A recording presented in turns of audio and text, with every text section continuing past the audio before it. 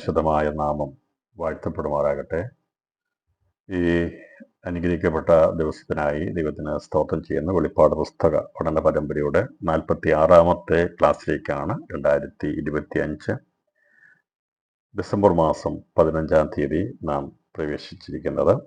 കഴിഞ്ഞ ദിവസങ്ങളിൽ ദൈവകൃപയിൽ ആശ്രയിച്ച് നമ്മൾ ചിന്തിച്ചുകൊണ്ടിരിക്കുന്നത് സാത്താനിക മഹോപദ്രവം എന്ന വിഷയത്തോടുള്ള ബന്ധത്തിലാണ് നാം ചിന്തിക്കുന്നത്. നമുക്കറിയാം, വരാനുള്ള സംഭവങ്ങൾ, വരാൻ സംഭവിക്കാനുള്ള വിഷയങ്ങൾ കർത്താവിൻ്റെ മധ്യാകാശ പ്രത്യക്ഷതയും ദൈവസഭ എടുക്കപ്പെടലുമാണ്. അതിനോടനുബന്ധമായി ദൈവസഭ എടുക്കപ്പെടും, ദൈവസഭ ഉൾപ്രാപണാനന്തര സഭ എവിടെ എന്നുള്ളതിനെക്കുറിച്ച് 24 മൂപ്പന്മാരും 4 ജീവികളും 7 ദൈവങ്ങളുമുള്ള ബന്ധത്തിൽ നമ്മളതേക്കുറിച്ച് ദൈവസഭ എടുക്കപ്പെട്ടാൽ എവിടെയായിരിക്കുമെന്നതിനെക്കുറിച്ച് ചിന്തിപ്പാട്ടിടയാത്തതും ഇപ്പോൾ നാം ചിന്തിക്കുന്ന അതേ സമയത്ത് സഭ എടുക്കപ്പെട്ട ശേഷമായി ഭൂമിയിൽ സംഭവിക്കാൻ പോകുന്നത് സാത്താനിക മഹോപദ്രവമാകുന്നു, അത് 3.5 വർഷമാകുന്നു എന്നതിനെക്കുറിച്ചാണ് വെളിപ്പാട് പുസ്തകം 12 അധ്യായത്തെ അടിസ്ഥാനമാക്കി നാം ചിന്തിച്ചുകൊണ്ടിരിക്കുന്നത്. അപ്പോൾ വെളിപ്പാട് പുസ്തകം 12-ാം അധ്യായത്തിൻ്റെ പഠനം വളരെ ആധികാരികമാണത്. ശരിയായ രീതിയിൽ പഠിക്കണം, എങ്കിൽ മാത്രമേ വെളിപ്പാട് പുസ്തകത്തിൻ്റെ പഠനം നടക്കുകയുള്ളൂ. എന്നോട് പലരും സംശയമായിട്ട് ചോദിച്ചതൊക്കെ പലരും അംഗീകരിക്കാതെ പോകുന്നത്, ഇതിനകത്ത് ഈ ആൺകുട്ടിയെ പ്രസവിച്ച സ്ത്രീ ആരാണെന്നും ആൺകുട്ടി ആരാണെന്നും ഒക്കെയുള്ള ഒരുപാട് സംശയങ്ങൾ പലർക്കും ഇപ്പോഴും നിലനിൽക്കുന്നുണ്ട്. പലർക്കും അതുകൊണ്ട് അംഗീകരിക്കാനൊക്കെ വലിയ ബുദ്ധിമുട്ടാണ്. അപ്പോൾ എന്നാൽ ചിലരോട് ചോദിച്ചപ്പോൾ ഞാൻ ഉത്തരം പറയാനായിട്ട് ഇടയാത്തത് വെളിപ്പാട് പുസ്തകം 4-ാം അധ്യായം അതിൻ്റെ 4 മുതൽ 12-ാം അധ്യായം വരെ സംഭവിച്ചിട്ടില്ലാത്ത സംഭവിക്കാനുള്ള കാര്യങ്ങളാണ്. ഇതുവരെ സംഭവിച്ചിട്ടില്ല ഇല്ലാത്തൊരു കാര്യങ്ങൾ. അപ്പോൾ അങ്ങനെ ആണെങ്കിൽ കർത്താവിൻ്റെ ജനനത്തെക്കുറിച്ചാണ് സ്ത്രീ പ്രസവിക്കുന്നത് പറയുന്നത് വളരെ വചനവിരുദ്ധമായ കാര്യമാണ്, തെറ്റായ കാര്യം. സാധാരണ എല്ലാവർക്കും മനസ്സിലാകും. ഇപ്പം സംഭവിക്കാൻ പോകുന്ന കാര്യങ്ങളെക്കുറിച്ച് പറഞ്ഞിട്ട് സംഭവിച്ച കാര്യം ഇവിടെ എഴുതി വെക്കേണ്ട ആവശ്യമില്ല. അത് തന്നെ പ്രഥമദൃഷ്ട്യാ നമുക്ക് തള്ളിക്കളയാവുന്ന കാര്യമാണ്. പക്ഷെ അതൊന്നും ആൾക്കാരുടെ ചിന്തയിലേക്ക് പോകത്തില്ല. അവർ പഠിച്ചു വെച്ചിരിക്കുന്ന അതിനെ തന്നെ വീണ്ടും മുറുകെ പിടിക്കുന്നവരായിട്ടാണ് ഉള്ളവരാണ്.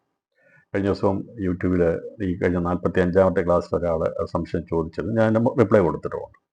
അപ്പോൾ നല്ലതാണ്, ചോദ്യങ്ങൾ വരുന്നത് നല്ലതാണ് അതേക്കുറിച്ച്. പക്ഷേ അവരത് അംഗീകരിച്ചില്ലെന്നുള്ള പിന്നെ റിപ്ലൈ തന്നിട്ടില്ല.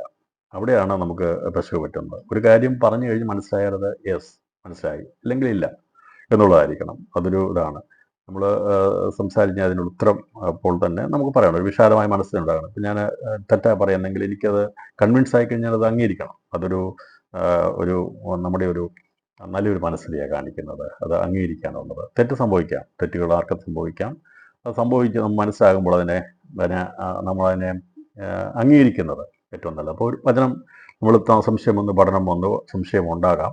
അപ്പം അത്തരം സന്ദർഭങ്ങളിൽ അത് ഇങ്ങനെയാണ് എന്ന് പറയുമ്പോൾ അതിനെ നമുക്കത് വിശ്വാസയോഗ്യമാണെന്നുണ്ടെങ്കിൽ അത് അംഗീകരിച്ചു എന്നുള്ളതാണ് അവിടെ നമ്മൾ പ്രതീക്ഷിക്കുന്നത്. അങ്ങനെ അത് അംഗീകരിക്കുമോ അതിനെ റിജക്റ്റ് ചെയ്യുമോ എന്നുള്ളതൊക്കെ ഓരോരുത്തരുടെയും വ്യക്തിപരമായ കാര്യമാണ്. അത് നമ്മൾ നോക്കുന്നില്ല. അപ്പോൾ ഇവിടെ 12-ാം അധ്യായത്തിൽ പ്രധാനമായ കാര്യങ്ങൾ പറഞ്ഞിരിക്കുന്നത് ദൈവസഭ എടുക്കപ്പെടുന്നതിനെ കുറിച്ചാണ്. കാരണം ഇത് സംഭവിച്ച് കഴിഞ്ഞ കാര്യമല്ല, ഇസ്രായേലോടുള്ള ബന്ധത്തിൽ പറഞ്ഞിരിക്കുന്ന കാര്യവുമല്ല. മീതെ എലീശയെ കുറിച്ചാണ് പറഞ്ഞിരിക്കുന്നത്. മീതെ എലീശയം എന്നുള്ള ആ സ്ത്രീ അത് വെളിപ്പെടുത്തുന്നത് പുനരുത്ഥാനങ്ങളുടെ 3 നിലകളെക്കുറിച്ചാണ് എന്നുള്ളത് പല പ്രാവശ്യം ഞാൻ അവിടെ ആവർത്തിച്ചിട്ടുണ്ട്. 3 പുനരുത്ഥാനങ്ങൾ നടക്കാം. പക്ഷെ അത് പലർക്കും അതിൻ്റെ കാഴ്ചപ്പാടില്ല. പലരുടെയും ചിന്താമണ്ഡലത്തിലുള്ള പുനരുത്ഥാനങ്ങൾ ഒടുക്കത്തെ നാളിലെ പുനരുത്ഥാനം 1-ാമത്തെ പുനരുത്ഥാനമേ ഉള്ളൂ. എന്നാൽ ഇതിൻ്റെ അകത്ത് മർമ്മമായി പുനരുത്ഥാനം എന്ന് പേര് പറയാതെ പറഞ്ഞിരിക്കുന്ന 2 പുനരുത്ഥാനമുണ്ട്. അത് മരിച്ചുവീഴുന്ന പുനരുത്ഥാനം, മധ്യാകാശവരവെങ്കിൽ കർത്താവിൻ്റെ സഭ എടുക്കപ്പെടുന്നുള്ള ബന്ധത്തിൽ നടക്കുന്ന പുനരുത്ഥാനം. ക്രിസ്തുയേശുവിൻ്റെ പുനരുത്ഥാനം ഏതായിരുന്നു? ആ പുനരുത്ഥാനമാണ് മരിച്ചുവീഴുന്ന പുനരുത്ഥാനം. അതേക്കുറിച്ച് ഫിലിപ്പിയ ലേഖനം 3-ാം അധ്യായത്തിൽ പറഞ്ഞിട്ടുണ്ട്. പൗലോസ് പറഞ്ഞു, വല്ല വിധേനയും എനിക്ക് മരിച്ചുവീഴുന്നുള്ള പുനരുത്ഥാനം പ്രാപിക്കും. അവൻ പറഞ്ഞില്ല എനിക്ക് 1-ാമത്തെ പുനരുത്ഥാനത്തിൽ പങ്കാളിയാകണമെന്ന് പറഞ്ഞില്ല, ഒടുക്കത്തെ നാളിലെ പുനരുത്ഥാനത്തിലാകണമെന്ന് പറഞ്ഞില്ല. എന്തുകൊണ്ട് അങ്ങനെ പറഞ്ഞില്ല? അതങ്ങനെ അല്ലാത്തത് കൊണ്ട്. അപ്പോൾ 2 പുനരുത്ഥാനമേ ഉള്ളുവെങ്കിൽ പൗലോസിന് പറയാമായിരുന്നു 1-ാമത്തെ പുനരുത്ഥാനത്തിൽ അല്ലെങ്കിൽ ഒടുക്കത്തെ നാളിലെ പുനരുത്ഥാനത്തിൽ. അങ്ങനെ പറഞ്ഞില്ല. അവൻ പറഞ്ഞത് എനിക്ക് വല്ല വിധേനയും മരിച്ചവരുടെ ഇടയിലുള്ള പുനരുത്ഥാനം പ്രാപിക്കണം. അതാണ് എൻ്റെ കൃത്യം. അപ്പോൾ മണവാട്ടി സഭയാകുന്ന ആദിജാതന്മാരുടെ സഭകളിലൂടെ പുനരുത്ഥാനം പൗലോസ് കാത്തിരുന്ന പുനരുത്ഥാനമാണ് എന്ന് നമ്മൾ തെളിയിക്കുന്നു. അത് ആലങ്കാരികമായ ഭാഷയിലാണ് വെളിപ്പാട് 12-ാം അധ്യായത്തിൽ രേഖപ്പെടുത്തിയത്. ആൺകുട്ടിയെ പ്രസവിക്കുന്നതിനോട് ബന്ധത്തിൽ പ്രസവിക്കുന്നുള്ള പുനരുത്ഥാന രൂപാന്തരത്തെക്കുറിച്ചും സഭ എടുക്കപ്പെടുന്നതിനെക്കുറിച്ചുമാണെന്നാണ് നാം വ്യാഖ്യാനിച്ചത്. ആ എടുക്കപ്പെടുന്ന കുട്ടി അത് സ്വർഗീയ സിംഹാസനത്തിലേക്ക് എടുക്കപ്പെടുന്നു എന്നുള്ളത് കൊണ്ട് ദൈവസഭയുടെ ആദിജാതന്മാരായിരിക്കുന്ന തെളിവ് പ്രാപിക്കുന്നവർക്ക് മാത്രമേ സൂര്യ തേജസ്സോടുകൂടി ഈ സിംഹാസനത്തിലേക്ക് എടുക്കപ്പെടാൻ കഴിയത്തുള്ളൂ എന്നുള്ളതാണ് നമ്മൾ വെളിപ്പാട് 12-ാം അധ്യായം 1 മുതൽ ഉള്ള 6 വരെയുള്ള വാക്യങ്ങളെ അടിസ്ഥാനപ്പെടുത്തി നമ്മൾ ചിന്തിക്കുകയും പഠിക്കുകയും ചെയ്തത്. നമുക്കതറിയാം. അപ്പം അതിന് വചനപരമായിട്ടുള്ള തെളിവുകൾ നിരവധിയുണ്ട്. അത് അംഗീകരിക്കാൻ പറ്റിയ കാര്യവുമാണ്. അതിനകത്ത് വലിയ ചിന്തകളോ വലിയ കാര്യങ്ങളൊന്നും കൊണ്ടുവരേണ്ട ആവശ്യമില്ല. പക്ഷെ അത് അങ്ങനെ ഒരു കാഴ്ചപ്പാടിൽ അതിനെ ഏറ്റെടുക്കണം. ഇപ്പം ആ സ്ത്രീ മീതയുള്ള യേശയമാണ് കാണിക്കുന്നത്. മീതയുള്ള യേശയമാണ് സ്വർഗീയയോട് ബന്ധപ്പെടുന്നത്. അപ്പോൾ ആ സ്ത്രീയിൽ 3 പുനരുത്ഥാനത്തിൻ്റെ ഗണങ്ങളിൽ പെടുന്നവരാണ് ഇതിന് യോഗ്യരായിത്തീരുന്നത്.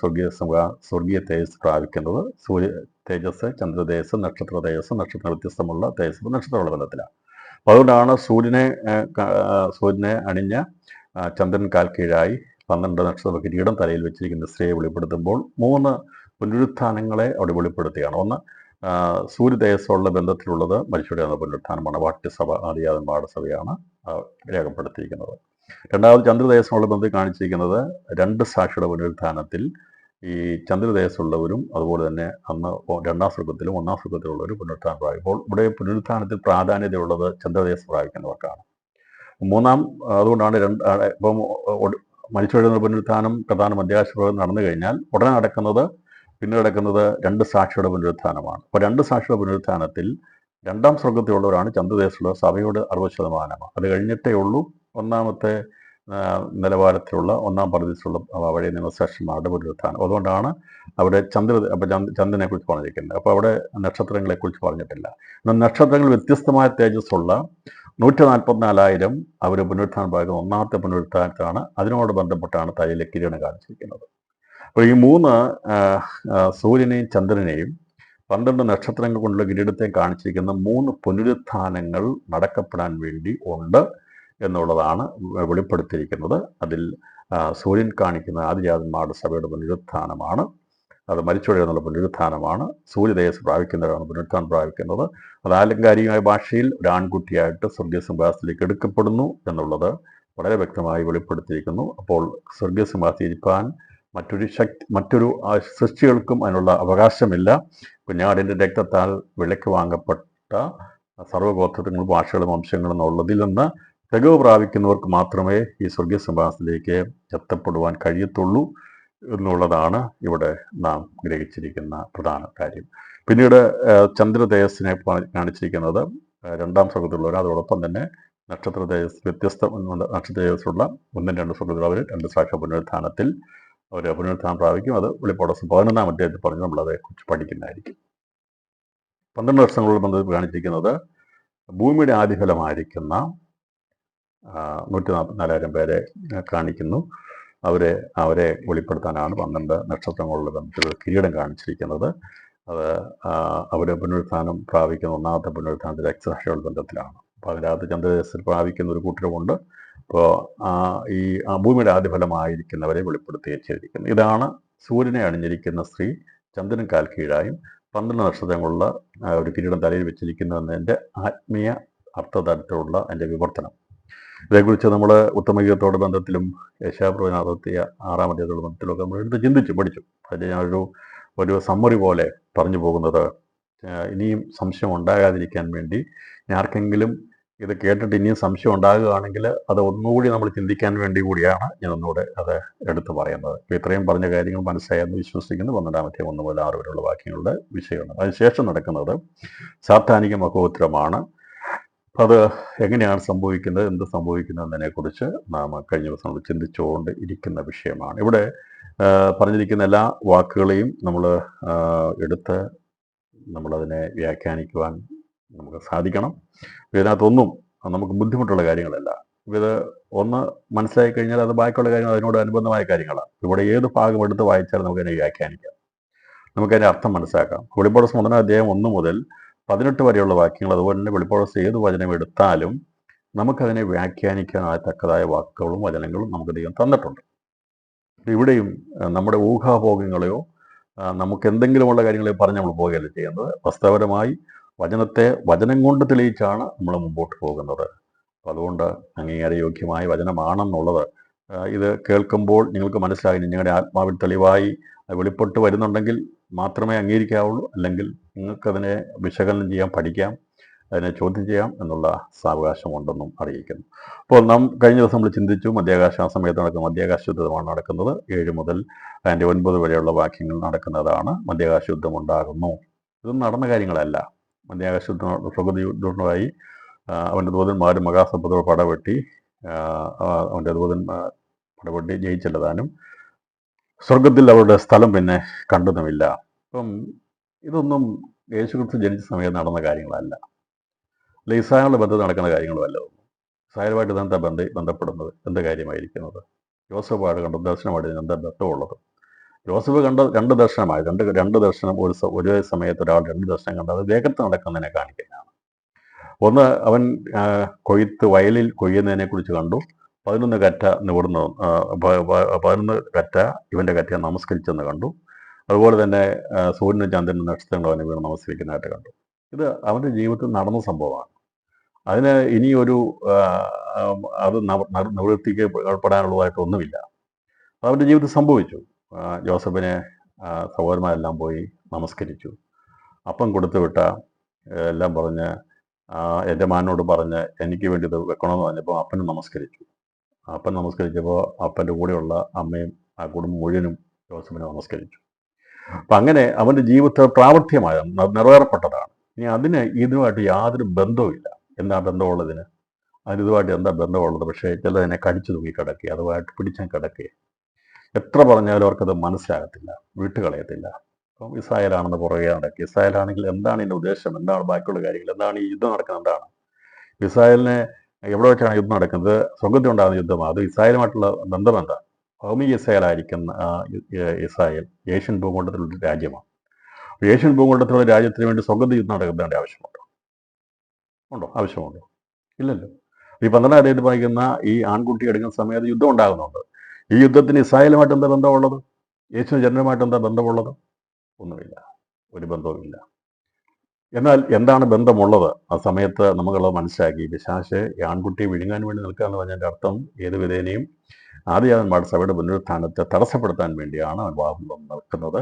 അന്ന് യുദ്ധമുണ്ടാകുമ്പോൾ മീഖായേലും സംഘവും യുദ്ധം നടത്തി അവനെ മധ്യാകാശത്ത് നടക്കുന്ന യുദ്ധത്തിൽ നിന്ന് അവനെ ആത്മീയമായിട്ട് നമ്മൾ നടക്കുന്ന യുദ്ധത്തിൽ തള്ളി താഴേക്കിടുന്നു എന്നുള്ളത് ഭൂമിയുടെ പാതയുടെ മാറ്റിയിരുന്നു. അപ്പോൾ സാത്താൻ ഭൂമിയുടെ പാതയുടെ മാറ്റിയിരുന്നു. 110 സങ്കീർത്തനം നമ്മൾ വായിച്ചു. ഞാൻ നിന്റെ ശത്രുവിനെ നിന്റെ പാതയുടമാക്കോളം നിന്റെ വലത്ത് ഭാഗത്തിരിക്കുക എന്ന വചനത്തിൻ്റെ ആധികാരികത നാം ചിന്തിച്ചു. യേശു ക്രിസ്തു എന്ന് വരെയാണ് പിതാവിൻ്റെ വലത്ത് ഭാഗത്തിരിക്കുന്നത്.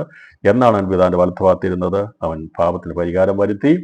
ലോകാവസാനത്തിൽ ആദ്യ നാളുകളിൽ പാപത്തിന് പരിഹാരം വരുത്തി പിതാവിൻ്റെ വലത്ത് ഭാഗത്ത് അവൻ നമുക്ക് വേണ്ടി പക്ഷപാതം ചെയ്തുകൊണ്ടിരിക്കുന്നു. എന്ന് വരെയിരിക്കും സാത്താൻ പാതകൂടമാകുന്ന ദിവസം വരെ. അന്നാണ് മധ്യാകാശം നടക്കുന്നത്. ഇതെല്ലാം ഇന്റർ കണക്റ്റഡാണ്.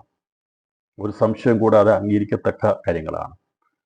ഇതിനെ നമ്മൾ യേശുവിൻ്റെ ജനനമായിട്ടോ ഇസ്രായേലായിട്ടോ ഭൗമിക ഇസ്രായേലായിട്ടോ ബന്ധിച്ച് കണക്ട് ചെയ്താൽ എങ്ങനെ പഠിപ്പിക്കുന്നത്? പിന്നെ ഇതിനകത്തൊക്കെ പിന്നെ വെറുതെ ആവശ്യമില്ലാത്ത ഒരുപാട് കാര്യങ്ങളൊക്കെ ആർക്കും മനസ്സിലാകാത്ത രീതിയിൽ പറഞ്ഞു കൊണ്ടുപോയി എവിടെയെങ്കിലും കൊണ്ടു വെക്കാമെന്നുള്ളേ ഉള്ളൂ. അങ്ങനെയല്ല ദൈവം പഠിക്കേണ്ടത്. ഓക്കെ, എനിക്കത് എൻ്റെ ഇതല്ല. പക്ഷേ ചിലർ അതേക്കുറിച്ച് വീണ്ടും ചില അഭിപ്രായങ്ങൾ ചോദിക്കുന്നതുകൊണ്ടാണ് ഞാനിങ്ങനെ ഒരു ക്ലാരിഫിക്കേഷൻ ഇന്ന് രാത്രിയിൽ എൻ്റെ ഒരു സമ്മറിയായിട്ട് വീണ്ടും ചെയ്യുന്നത്.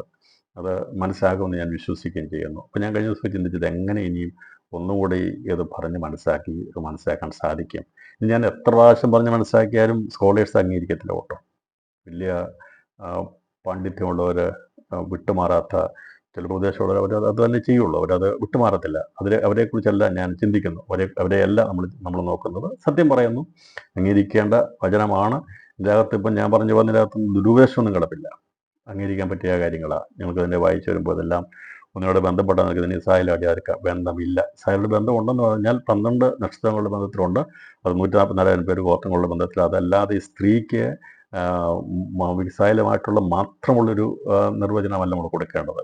അല്ല, ഇതിനകത്ത് മീതെയുള്ള യെരൂശലേമിൽ ഉള്ളവരാണ് സ്വർഗീയ യെരൂശലേമിൽ, പുതിയ യെരൂശലേമിൽ ഉൾപ്പെടുന്നത്. അവർ തേജസ്സിൻ്റെ 4 ഗണങ്ങളിൽ പെടുന്നു. ഒന്ന് സൂര്യതേജസ്, ചന്ദ്രതേജസ്, നക്ഷത്ര തേജസ്, നക്ഷത്രത്തിന് വ്യത്യസ്തമായിട്ടുള്ള തേജസ്. ഇവർ പുതിയ യെരൂശലേമിനോടുള്ള ബന്ധത്തിൽ മന്ദിരം, നഗരം, മതില്, ഗോപുരങ്ങൾ ഈ ബന്ധത്തിലാണ് കാണപ്പെടുന്നത്. അതാണ് ഇവിടെ തേജസ്സിനുള്ള ബന്ധത്തിൽ പറഞ്ഞിരിക്കുന്നത്. അതാണ് ഇവിടെ സൂര്യൻ, ചന്ദ്രൻ, നക്ഷത്രം എന്ന് പറഞ്ഞ രീതിയിൽ പറഞ്ഞിരിക്കുന്ന 3 പുനരുത്ഥാനങ്ങൾ എടുക്കപ്പെടുന്നുള്ളൂ നമ്മൾ മനസ്സിലാക്കിയത്.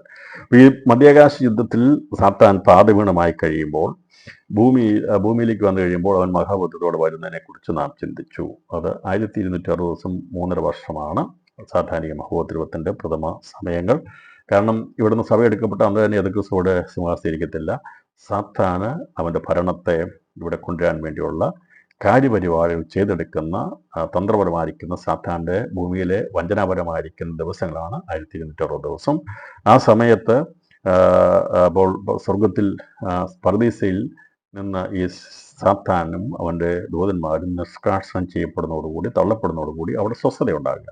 അപവാദം പറഞ്ഞ് കുറ്റം പറഞ്ഞ് നടക്കുന്ന പിശാചിനെ അവൻ തള്ളിയിടുമ്പോൾ മധ്യാകാശമാകുന്ന പർദീസയിൽ അവിടെ സ്വസ്ഥതയുണ്ടാകും. പിന്നീടുള്ള അസ്വസ്ഥമാകുന്നത് ഭൂമിക്കും സമുദ്രത്തിന് അയ്യോവശം. കാരണം സമുദ്രത്തിൽ ഒരു മരണാനന്ത നിരയുണ്ട്, നിത്യ യോഗ്യതയുള്ളവരാ. അവരെയാണ് ഇവൻ തന്നെ അപവാദം പറഞ്ഞിട്ടുണ്ട്. ഭൂമി ജീവനോടിരിക്കുന്ന സ്ത്രീയുടെ സന്ദേശം ശേഷിപ്പെടുവോടും അവന് ഉപദ്രവവും ഉണ്ടാകുമെന്നാണ് നാം കഴിഞ്ഞ ദിവസം ചിന്തിച്ചത്. ഇപ്പം ജയിച്ചു പോയ സഭ കുഞ്ഞാടിൻ്റെ രക്തത്താൽ, വിലയേറിയ രക്തത്താൽ വിലയേറിയപ്പെട്ടവരാണ്. അവർ ജയാളികളായി തീർന്നു. ഇപ്പോൾ 30 മേനി, 60 മേനി, 100 മേനി എങ്ങനെയാണ് തെളിയിക്കുന്നുള്ള ചോദ്യം ഇന്നലെ എന്നോട് ഒരാൾ ചോദിക്കാതെ, അത് എങ്ങനെ തെളിയിക്കാമെന്ന് ചോദിച്ചു. അപ്പം ഞാൻ പറഞ്ഞു, വെളിപ്പാട് പുസ്തകം 12-ാം അധ്യായം അതിൻ്റെ 11-ാം വാക്യം വെച്ചാണ് സാത്താനെ ജയിക്കുന്നവരാണ് 100 മേനിയിൽ പെടുന്നവർ, എതിർക്രിസ്തുവിനെ ജയിക്കുന്നവരാണ് 60 മേനിയിൽ പെടുന്നവർ, ലോകത്തെ ജയിക്കുന്നവരാണ് നമുക്ക് 30 മേനിൽ പെടുന്നവർ. പുതിയ നിയമസഭയുടെ ബന്ധത്തില്ല. ലോകം, ജഡം, സാത്താൻ. അപ്പോൾ സാത്താനെ ജയിക്കുന്നു. ഇവിടെ 12-ാം അധ്യായം അതിൻ്റെ 11-ാം വാക്യം, അപവാദിയായ അവർ അവനെ കുഞ്ഞാടിൻ്റെ രക്തം ഹേതുവായിട്ടും തങ്ങളുടെ സാക്ഷ്യവചനം ഹേതുവായിട്ടും ജയിച്ചു, മരണപര്യന്തം തങ്ങളുടെ പ്രാണനെ സ്നേഹിച്ചതുമില്ല. അപ്പോൾ ഘോരപിശാചായിരിക്കുന്നവൻ്റെ തലയെ തകർത്ത് ദൈവം അവനെ ചവിട്ടിക്കളയാനുള്ള അധികാരം തന്ന് നമ്മെ ഇവിടെ ഭൂമിയിൽ അഭിഷേകം ചെയ്ത് വെച്ചിരിക്കുകയാണ്. അപ്പോൾ അവൻ്റെ തന്ത്രങ്ങളെ ചവിട്ടിക്കളഞ്ഞുകൊണ്ട് ജയാളികളാകുന്നവരാണ്, സാത്താനെ ജയിക്കുന്നവരാണ്, ജയാളികളവരാണ് 100 മേനിലേക്ക് എത്തുന്നവർ. കർത്താവിൻ്റെ തലയെ തകർത്തു, അവനെ ആലോചന തകർത്തു, അവനെ ദൈവം എന്ത് ചെയ്യും? ദുർബലനാക്കി തീർത്തു. അതുകൊണ്ടാണ് നമുക്കവനെ ചവിട്ടിക്കളയാനുള്ള അധികാരം തന്നിരിക്കുന്നത്. പാമ്പുകളെയും തെളുകളെയും ശത്രുസ്വരബലത്തെ ചവിട്ടുവാൻ ഞാൻ നിങ്ങൾക്ക് അധികാരം നൽകുന്നത്. അവൻ നിങ്ങൾക്ക് ഒരു ദോഷം വരത്തില്ലെന്ന് കർത്താവ് പറഞ്ഞത്. അതുകൊണ്ടാണ് നമുക്ക് അവനെ ചവിട്ടിക്കളയാൻ പറ്റും. നമ്മളെ പരാജയപ്പെടുത്തുന്ന ശക്തിയെ നമുക്ക് ചവിട്ടി താക്കാൻ സാധിക്കും. അങ്ങനെ അധികാരം തന്നിരിക്കുന്നതുകൊണ്ടാണ്.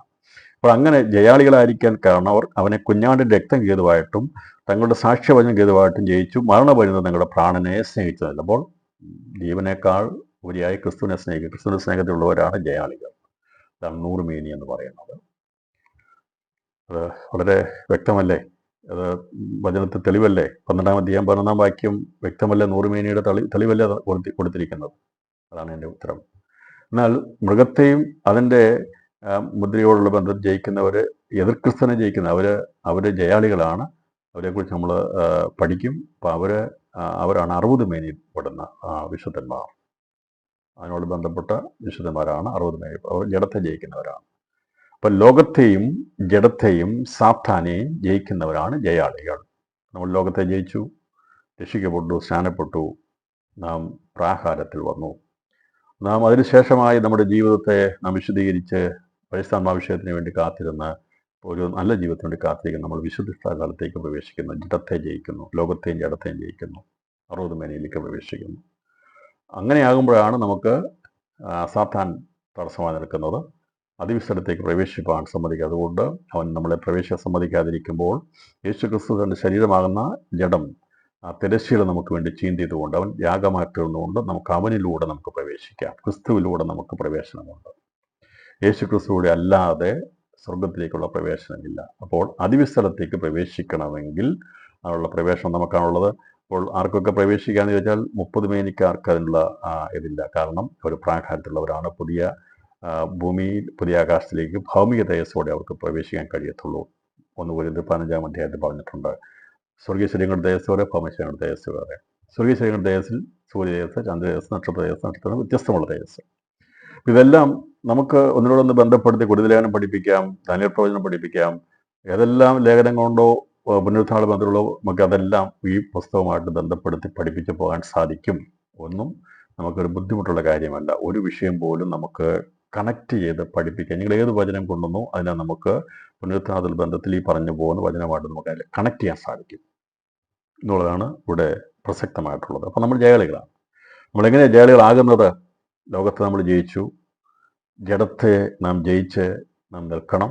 നമ്മുടെ അവയവങ്ങൾ നീതിയുടെ അവയവങ്ങളാക്കി മാറ്റണം.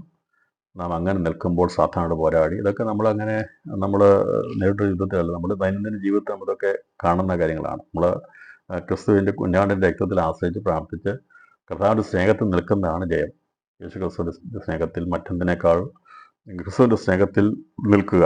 പൗലോസ് പറഞ്ഞു, നമ്മളെ ക്രിസ്തുവിൻ്റെ സ്നേഹത്തിൽ വേർതിരിക്കുന്ന ആര് മരണമോ ദുഃഖമോ വാഴ്ചയോ ഈ ലോകത്ത് മറ്റോ വരുവാനുള്ളതോ ആപത്തിനോ മരണത്തിനോ ദൂതന്മാർക്കോ വാഴ്ചകൾക്കോ അധികാരങ്ങൾക്കോ ഒന്നിനും തന്നെ എന്നെ നമ്മളെ ക്രിസ്തുവേശുവ സ്നേഹത്തെ നമ്മളെ വേർതിരിക്കാൻ കഴിയുന്നില്ല എന്ന് ഞാൻ പൂർണ്ണ ഉറച്ചിരിക്കുന്നതാണ് യഥാർത്ഥമായിട്ടുള്ളത്. അപ്പോൾ ഈ പൂർണ്ണമായിട്ടും യേശു ക്രിസ്തുവിനെ മരണപര്യന്തം ജീവനേക്കാൾ ഉപരിയായി സ്നേഹിക്കുന്നവരാണ് ക്രിസ്തുവേശുവിൻ്റെ മണവാട്ടിയായിട്ട് അവർ കർത്താവിനോട് ചേരും എന്നുള്ളത് സത്യവചനമാണ്. അവർ മാത്രമേ കർത്താവിൻ്റെ മധ്യാകാശം വേണ്ടി എടുക്കപ്പെടുകയുള്ളൂ എന്നുള്ളത് ആവർത്തിച്ച് ഒന്നുകൂടി ഞാൻ വചന അടിസ്ഥാനത്തിൽ പ്രസ്താവിച്ചുകൊള്ളുകയും ചെയ്യുന്നു. ആ തികവിലേക്ക് എത്തണം. ഇതുവരെ ലോകത്തെ ജയിച്ചിട്ടില്ലെങ്കിൽ ലോകത്തെ ജയിച്ച് രക്ഷിക്കപ്പെട്ട് സ്ഥാനപ്പെടണം. ഒരു അഭിഷേകം പ്രാപിച്ചിട്ടില്ലെങ്കിൽ നാം ഈ ദിവസങ്ങളിൽ അഭിഷേകം പ്രാപിക്കണം. നാം ദിവസങ്ങളിൽ സാത്താനെ അവൻ്റെ തന്ത്രത്തെയും നാം തിരിച്ചറിഞ്ഞ് ക്രിസ്തുവിൻ്റെ സ്നേഹത്തിന് അകറ്റുന്നതിനെല്ലാം നമുക്ക് പരാജയപ്പെടുന്നുണ്ടെങ്കിൽ നാം ദിവസത്തിൽ പൂർണ്ണമായിട്ടും യേശു ക്രിസ്തുവിൻ്റെ വചനത്തെ സ്നേഹിച്ച് നാം മുന്നേറണം, സാത്താനെ ജയിക്കണം. അങ്ങനെയാണെങ്കിൽ മാത്രമേ കാഹളം ധ്വനിക്കുമ്പോൾ മരിച്ചു കഴിഞ്ഞാൽ പുനരുത്ഥാനവും ജീവനോടിരിക്കുകയാണെങ്കിൽ രൂപാന്തരം നടക്കുകയുള്ളൂ എന്നുള്ളത് ആവർത്തിച്ച് അടിവരയിട്ട് ഒന്നുകൂടി പ്രസ്താവിക്കുന്നത് സത്യവചനമാണ്. ഇങ്ങനെ ഇത് ചെയ്തു കഴിഞ്ഞ ഇതാകുമ്പോൾ ഭൂമിയിലേക്ക് സാത്താൻ വന്ന് വീഴുന്നു. ആ സമയത്ത് എടുക്കപ്പെട്ട സഭയെക്കുറിച്ച് എന്തായിരിക്കും എന്നുള്ളത് നമ്മൾ ചിന്തിച്ചു. അപ്പോൾ ആ സമയത്ത് നടക്കുന്ന പൈശാചിക ശക്തി ഇവിടെ ലോകത്തെ വന്നിട്ട് എതിർ ക്രിസ്തുവിനെ ഈ സാത്താന്യ മോഹത്തിനും കഴിയുമ്പോൾ അവൻ്റെ പ്രതിനിധിയായിട്ട് ലോകഭരണത്തിൽ കൊടുക്കാൻ വേണ്ടി യെരൂശലേമിനെ ആസ്ഥാനമാക്കി ഏകലോക ഭരണ സംവിധാനം കൊണ്ടുവരാൻ വേണ്ടി സാത്താൻ സകല മനുഷ്യരെയും വശീകരിക്കാൻ വേണ്ടി അവൻ ചെയ്തു കൂട്ടുന്ന കാര്യങ്ങളാണ് 3.5 വർഷത്തെ സമയത്തെ കാലം നടക്കുന്നത്. അപ്പോൾ അന്ന് 13 മുതൽ വാക്യങ്ങൾ, തന്നെ ഭൂമിയിലേക്ക് തള്ളിക്കളഞ്ഞുവെന്ന് മഹാസർപ്പം കണ്ടിട്ട് ആൺകുട്ടിയെ പ്രസവിച്ച സ്ത്രീയെ ഉപദ്രവിച്ചു തുടങ്ങി. അപ്പോൾ ഇവിടെ ആൺകുട്ടി എന്ന് പറയുമ്പോൾ അതിന് പ്രസക്തി ഉള്ളത് കൊണ്ടാണ്. സർവ്വസൃഷ്ടിയുടെ ആദിഫലമായിരിക്കുന്ന ആൺകുട്ടിയിൽ ഉൾപ്പെടാനുള്ളവരാണ് കർത്താവിൻ്റെ സിംഹാസിരിക്കുന്നത്. അവർക്ക് പ്രാതിനിധ്യം കൊടുക്കുന്നുണ്ടാണ് ഇവിടെ സ്ത്രീയെക്കുറിച്ച് പറയുമ്പോൾ ആൺകുട്ടി എന്ന് പറഞ്ഞിരിക്കുന്നത്. അവളെ ഉപദ്രവിച്ചു തുടങ്ങി. അപ്പോൾ സ്ത്രീക്ക് മരുഭൂമിയിലേക്ക് കഴുകൻ്റെ ചിറക് പോലെ ചിറക് ലഭിച്ച് നമ്മൾ കഴിഞ്ഞ ദിവസം ചിന്തിച്ചിരുന്നു. ഇപ്പോൾ ദൈവം ഒരുക്കുന്ന സംരക്ഷണത്തെക്കുറിച്ചാണ് പറയുന്നത്. അവിടെ അവളെ 1 കാലവും 2 കാലവും അരക്കാലവും പോറ്റി. 1 കാലം എന്ന് പറഞ്ഞാൽ 1 വർഷം, 2 കാലം 2 വർഷം, 2 3 അരക്കാലം 4 വർഷം, 3.5 വർഷം. അത് 1260 ദിവസമാണെന്ന് 12-6 വാക്യത്തിൽ പറഞ്ഞിട്ടുണ്ട്. സ്ത്രീ മരുഭൂമിയിൽ ഓടിപ്പോയി അവിടെ അവളെ 1260 ദിവസം പോറ്റേണ്ടതിന് അതിന് നമ്മൾ മാസക്കണക്കിലേക്ക് അതിനെ കൺവേർട്ട് ചെയ്താൽ അത് 42 മാസമാകുന്നുവെന്ന് നമുക്ക് മനസ്സിലാക്കാൻ സാധിക്കും. അപ്പോൾ 42 മാസം 1260 ദിവസം, വർഷക്കണക്കിൽ 3.5 വർഷം. ഇങ്ങനെ 3.5 വർഷമാണ് സാത്താനിക ഉപദ്രവമെന്ന് എല്ലാവരും പറഞ്ഞു പോകുമ്പോൾ അത് എവിടുന്ന തെളിവെടുക്കുന്നത്? 3.5 വർഷമാണ് സാത്താനിക മഹോത്സവം എന്ന് പറയും. ഈ 3.5 വർഷമാണ് സാത്താനിക മഹോത്സവമെങ്കിൽ തെളിവെടുക്കുന്ന എവിടുന്ന? വെളിപ്പാട് 19 അധ്യായത്തിൽ നിന്നാണല്ലോ. അപ്പോൾ വെളിപ്പാട് 19 അധ്യായത്തിൽ സാത്താനിക മഹോത്സവം ആരംഭിക്കുന്നുണ്ടെങ്കിൽ മുകളിൽ പറഞ്ഞിരിക്കുന്ന കാര്യം സഭയിൽ എടുക്കപ്പെടാന്നുള്ളത് ഒന്ന് ചിന്തിച്ചാൽ പോരെ. ഈ 3.5 വർഷം സാത്താനിക ഉപദ്രവം, ചിലർക്ക് അതിൻ്റെ സാത്താനിക ഉപദ്രവം 7 വർഷം പഠിപ്പിക്കേണ്ടവരുണ്ട്. ഇങ്ങനെയല്ല, 3.5 വർഷം വളരെ വ്യക്തമായി പറഞ്ഞിരിക്കുന്നത്. 1260 ദിവസം, 42 മാസം, 3.5 വർഷം, 1 കാലവും 2 കാലവും അരക്കാലവും, 3.5 വർഷം. അപ്പം ദിവസക്കണക്കിൽ, അതുപോലെ തന്നെ മാസക്കണക്കിൽ പറഞ്ഞിരിക്കുന്നത് 11-ാം അധ്യായത്തിൽ. 11-ാം അധ്യായത്തിൽ പറഞ്ഞിരിക്കുന്നത് 42 മാസം എന്നാണ് പറയുന്നത്. 42 മാസം പ്രവർത്തിപ്പാൻ അധികാരം ലഭിച്ചെന്നാണ് പറയുന്നത്. 42 സാക്ഷ്യം നൽകിയവർ കെട്ടെടുത്തും കൊണ്ട് 1260 ദിവസം പ്രവചിക്കും. 42 മാസത്തെക്കുറിച്ച് അവിടെ പറഞ്ഞിട്ടുണ്ട്. ഓക്കെ. അപ്പോൾ ഈ പറഞ്ഞിരിക്കുന്ന കണക്കുകൾ 3.5 വർഷമാണ് സാധാരണ മഹോത്സവം നാം മനസ്സിലാക്കിയത് വെളിപ്പാട് 19 അധ്യായത്തിലാണ്. അപ്പം അങ്ങനെയാണെങ്കിൽ വെളിപ്പാട് 19 അധ്യായത്തിൽ മഹോത്സവത്തെക്കുറിച്ചുള്ള സംഖ്യ ഗണിച്ചെടുക്കാൻ കഴിയുമെങ്കിൽ എൻ്റെ പ്രിയപ്പെട്ട ഈ ജ്ഞാനികൾക്കൊക്കെ ഇത് മനസ്സിലാകുന്നില്ല. ഇതിന് മുകളിൽ പറഞ്ഞിരിക്കുന്ന കാര്യം സഭ എടുക്കപ്പെടുന്നതാണെന്നുള്ളത്, അധ്യാകാശ പ്രതിഷ്ഠയാണെന്നുള്ളത്. അത് അംഗീകരിക്കത്തില്ല. സാത്താനിക മതത്തിൽ 3.5 വർഷമാണെന്നുകൊണ്ട് തെളിവെടുക്കുന്നത് 12-ാം അധ്യായത്തിൽ നിന്നാണ് എടുക്കുന്നത്. സ്ത്രീയെ ഉപദ്രവിച്ചു, അത് ആൺകുട്ടിയെ പ്രസവിച്ചു സ്ത്രീയാണെന്നും പറഞ്ഞിട്ടുമുണ്ട്. എങ്കിൽ പോലും ഇതിനെ എന്തുകൊണ്ട് അത് മനസ്സിലായെടുക്കാൻ കഴിയുന്നില്ല എന്ന് ചോദിച്ചാൽ, അത് കേട്ടുപോകുന്നത് അങ്ങനെ തന്നെ ചിന്തിച്ചു പോകുന്നത് കൊണ്ടും, എന്നാൽ വായിക്കുന്നത് എന്താണെന്ന് ഒന്ന് മനസ്സിരുത്തി ചിന്തിക്കാത്തതുകൊണ്ടുമാണ്, അല്ലെങ്കിൽ ദൈവത്തിന് സമയമാകാത്തത് കൊണ്ടുമാണിത് മറഞ്ഞിരുന്നത്. അല്ലെങ്കിൽ ഇത് വായിച്ചാൽ മനസ്സിലാകുന്ന കാര്യങ്ങളേ ഉള്ളൂ. നമുക്ക് മനസ്സിലാക്കാൻ പറ്റും. 1500 ദിവസം സാധാരണ മഹോത്തരമാണ്. അപ്പോൾ ആൺകുട്ടിയാണ് സ്വർഗസിംഹാസനത്തിലേക്ക് എടുക്കുന്നത്. അപ്പോൾ അത് ദൈവസഭയുടെ ആദിജാതന്മാരുടെ സഭ എടുക്കപ്പെടുന്നതാണ്. അപ്പം ദൈവസഭയുടെ ആദിജാതന്മാരുടെ സഭ മഹോത്തരത്തിലൂടെ കടന്നു പോകത്തില്ല എന്നുള്ളത് വ്യക്തമാണ്. അപ്പോൾ അതുകൊണ്ട് പോസ്റ്റ്, മിഡ്, പ്രീ, അല്ലെങ്കിൽ മഹോത്തരത്തിന് മുമ്പ് എടുക്കപ്പെടുമോ, മഹോത്തരത്തിന് ശേഷം എടുക്കപ്പെടുമോ, മഹോത്തരത്തിന് അടുക്കെടുക്കപ്പെടുമോ എന്ന് ചോദിക്കുന്നതിന് പ്രസക്തിയില്ല. അപ്പോൾ മഹോത്തരത്തിന് മുമ്പായി ആദിജാതന്മാരുടെ സഭ എടുക്കപ്പെടുമെന്നുള്ളത് വെളിപ്പാട് 12-ാം അധ്യായത്തിൻ്റെ ആധികാരിക പഠനത്തിൽ നിന്ന് വളരെ വ്യക്തമായി സുവ്യക്തമായി ഒരു സംശയം കൂടാതെ പഠിപ്പിക്കുന്നത്. എനിക്കൊരു സംശയം ഇല്ലാത്തില്ല. അതങ്ങനെ ആയിരിക്കാമെന്നല്ല, അങ്ങനെയാണ് എന്നാണ് പഠിപ്പിക്കുന്നത്. അങ്ങനെയാണ്. അതിൻ്റെ തെളിവ് വെളിപ്പാട് 12-ാം അധ്യായത്തിൻ്റെ പഠനം വ്യക്തമായതുകൊണ്ടാണ്. അപ്പോൾ സാധാരണ മഹോത്തരം 3.5 വർഷമാണ് എന്ന് വെളിപ്പെടുത്തിയിരിക്കുന്നത്. വെളിപ്പാട് 12-ാം അധ്യായം അതിൻ്റെ 6-ാം വാക്യത്തിലും അതുപോലെ തന്നെ ഇവിടെ പറഞ്ഞിരിക്കുന്ന 14-ാം വാക്യത്തിലും നമുക്ക് വളരെ വ്യക്തമായി ഇത് കാണാനായിട്ട് സാധിക്കുന്നു. 3.5 വർഷം സാത്താനിക മഹോത്തരം ആരോടാണ് യുദ്ധം ചെയ്യുന്നത്? ആൺകുട്ടിയെ പ്രസവിച്ച സ്ത്രീയോട് ഉപദ്രവിക്കുന്നു. ഇപ്പം ആൺകുട്ടിയെ പ്രസവിച്ച സ്ത്രീ ആണ് എന്ന് പറയുമ്പോൾ എങ്ങനെയാണ് ഉപദ്രവിക്കുന്നത് എന്നുള്ളതാണ് അടുത്തത്.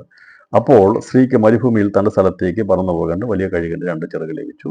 അവിടെ അവളെ സർപ്പത്തോടകലെ 1 കാലും 2 കാലും 1/2 കാലവും പോറ്റി രക്ഷിച്ചു. ഇങ്ങനെ പോറ്റി രക്ഷിച്ചു കഴിഞ്ഞാൽ എങ്ങനെയാണ് സാത്താൻ ഉപദ്രവിക്കുന്നത്? എന്താണ് സംരക്ഷണം?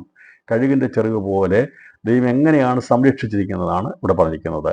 അത് സർപ്പം എങ്ങനെയാണ് ഉപദ്രവിക്കുക? സർപ്പം സ്ത്രീയെ ഒഴുക്കിക്കളയേണ്ടതിന് അവളുടെ പിന്നാലെ തൻ്റെ വായിൽ നിന്ന് നദി പോലെ വെള്ളം ചാടിച്ചു. എന്നാൽ ഭൂമി സ്ത്രീക്ക് തുണ നിന്നു. മഹാസർപ്പം വായിൽ നിന്ന് ചാടിച്ച നദിയെ ഭൂമി വായ തുറന്ന് വിഴുങ്ങിക്കളഞ്ഞു. ഇതാണ് ഉപദ്രവിക്കുന്നത്. അതായത് അവിടെ കത്തിയെടുത്ത് കുത്തുകയോ അല്ലെങ്കിൽ റോക്കറ്റ് അയക്കുകയോ ഒന്നും അല്ല ചെയ്യുന്നത്. ഇവരെ പിടിച്ചുകേടി ജയിലിടുകയോ എന്നല്ല ചെയ്യുന്നത്. എന്തുകൊണ്ടാണ് ഇങ്ങനൊരു ഉപദ്രവം ചെയ്യുന്നുള്ളത്? ഈ 2 സൂക്ഷികളെ നമ്മൾ ചിന്തിക്കും. സാധാരണ ഉപദ്രവം തുടങ്ങി കഴിഞ്ഞാൽ ഇവിടെ വന്നിട്ട് അന്നേരം തന്നെ ഈ വിശ്വാസികളെല്ലാം കരുതിയൊക്കെ കൊല്ലുകയല്ല വരുന്നത് ചെയ്യുന്നത്. അവരെ പരാജയപ്പെടുത്താൻ കഴിയത്തില്ല. അതുകൊണ്ട് ഉപദ്രവിക്കുന്നത് സ്ത്രീയെ ഒഴുക്കിക്കളയേണ്ടതിന് അവളുടെ പിന്നാലെ തൻ്റെ എന്ന് പറയുന്ന സ്ത്രീ ഒഴുകിക്കളയുന്നതിനർത്ഥം സ്ത്രീയുടെ സന്തതിയിൽ ശേഷിപ്പുള്ളവരെ ഒഴുക്കിക്കളയേണ്ടത്. ആരൊക്കെയാണ് സ്ത്രീയുടെ സന്തതി ശേഷിപ്പുള്ളവർ? നമ്മൾ പഠിച്ചു. ദൈവകൽപ്പന പ്രമാണിക്കുന്നവരും യേശുവിൻ്റെ സാക്ഷ്യമുള്ളവരും. ഇപ്പോൾ 2 കൂട്ടരുണ്ടെന്നുള്ളത് ഇവിടെ മനസ്സിലാക്കിയെടുക്കാനായിട്ട് സാധിക്കുന്നു. ഞാനിതിനെ സെക്രിയ 4-ാം അധ്യായത്തിലെ ബന്ധത്തിൽ എന്നത് വെളിപ്പെടുത്തും. ദൈവം ഈ സ്ത്രീയുടെ സന്തതി ശേഷിപ്പ് ആരാണ് എന്നുള്ളത് സെക്രിയ 4-ാം അധ്യായത്തിലുള്ള ബന്ധത്തിൽ നമ്മളൊന്ന് ചിന്തിക്കുന്നതായിരിക്കും. ഈ സ്ത്രീയെ നദി പോലെ വെള്ളം ചാടിച്ചെന്ന് പറയുമ്പോൾ ദൈവത്തിൻ്റെ വചനം ശുദ്ധവെള്ളമാണ്. അപ്പോൾ ദൈവത്തിൻ്റെ വെള്ളം ശുദ്ധവെള്ളമാകുമ്പോൾ അത് ആരെയും ഒഴുക്കിക്കളയാൻ വേണ്ടി വരുന്നതല്ല. ദൈവത്തിനെ അങ്ങ് ഒഴുക്കിക്കളഞ്ഞിട്ട് ആരെയും അടിസ്ഥാനങ്ങളെല്ലാം ഒഴുക്കിക്കളയുന്നല്ല ദൈവം ഒരു മനുഷ്യൻ്റെ ഹൃദയത്തെ വന്നിട്ട് അത് നിറഞ്ഞു കവിയുകയാണ് ചെയ്യുന്നത്. അവൻ്റെ ഹൃദയത്തെ തന്നെ അവന് കവിയുന്നത്, അല്ലാതെ അവനെ അടിച്ച് പറിച്ച് തുരത്തിക്കളയുന്നതല്ല. സാത്താൻ്റെ ദുരുപദേശം എന്ന് പറഞ്ഞാൽ അടിസ്ഥാനങ്ങളെല്ലാം മറിച്ച് കളഞ്ഞില്ലാതാക്കി കളയുന്നതാണ്. പെരുമഴ പെയ്യിച്ചവൻ ഇല്ലാതാക്കുന്നു.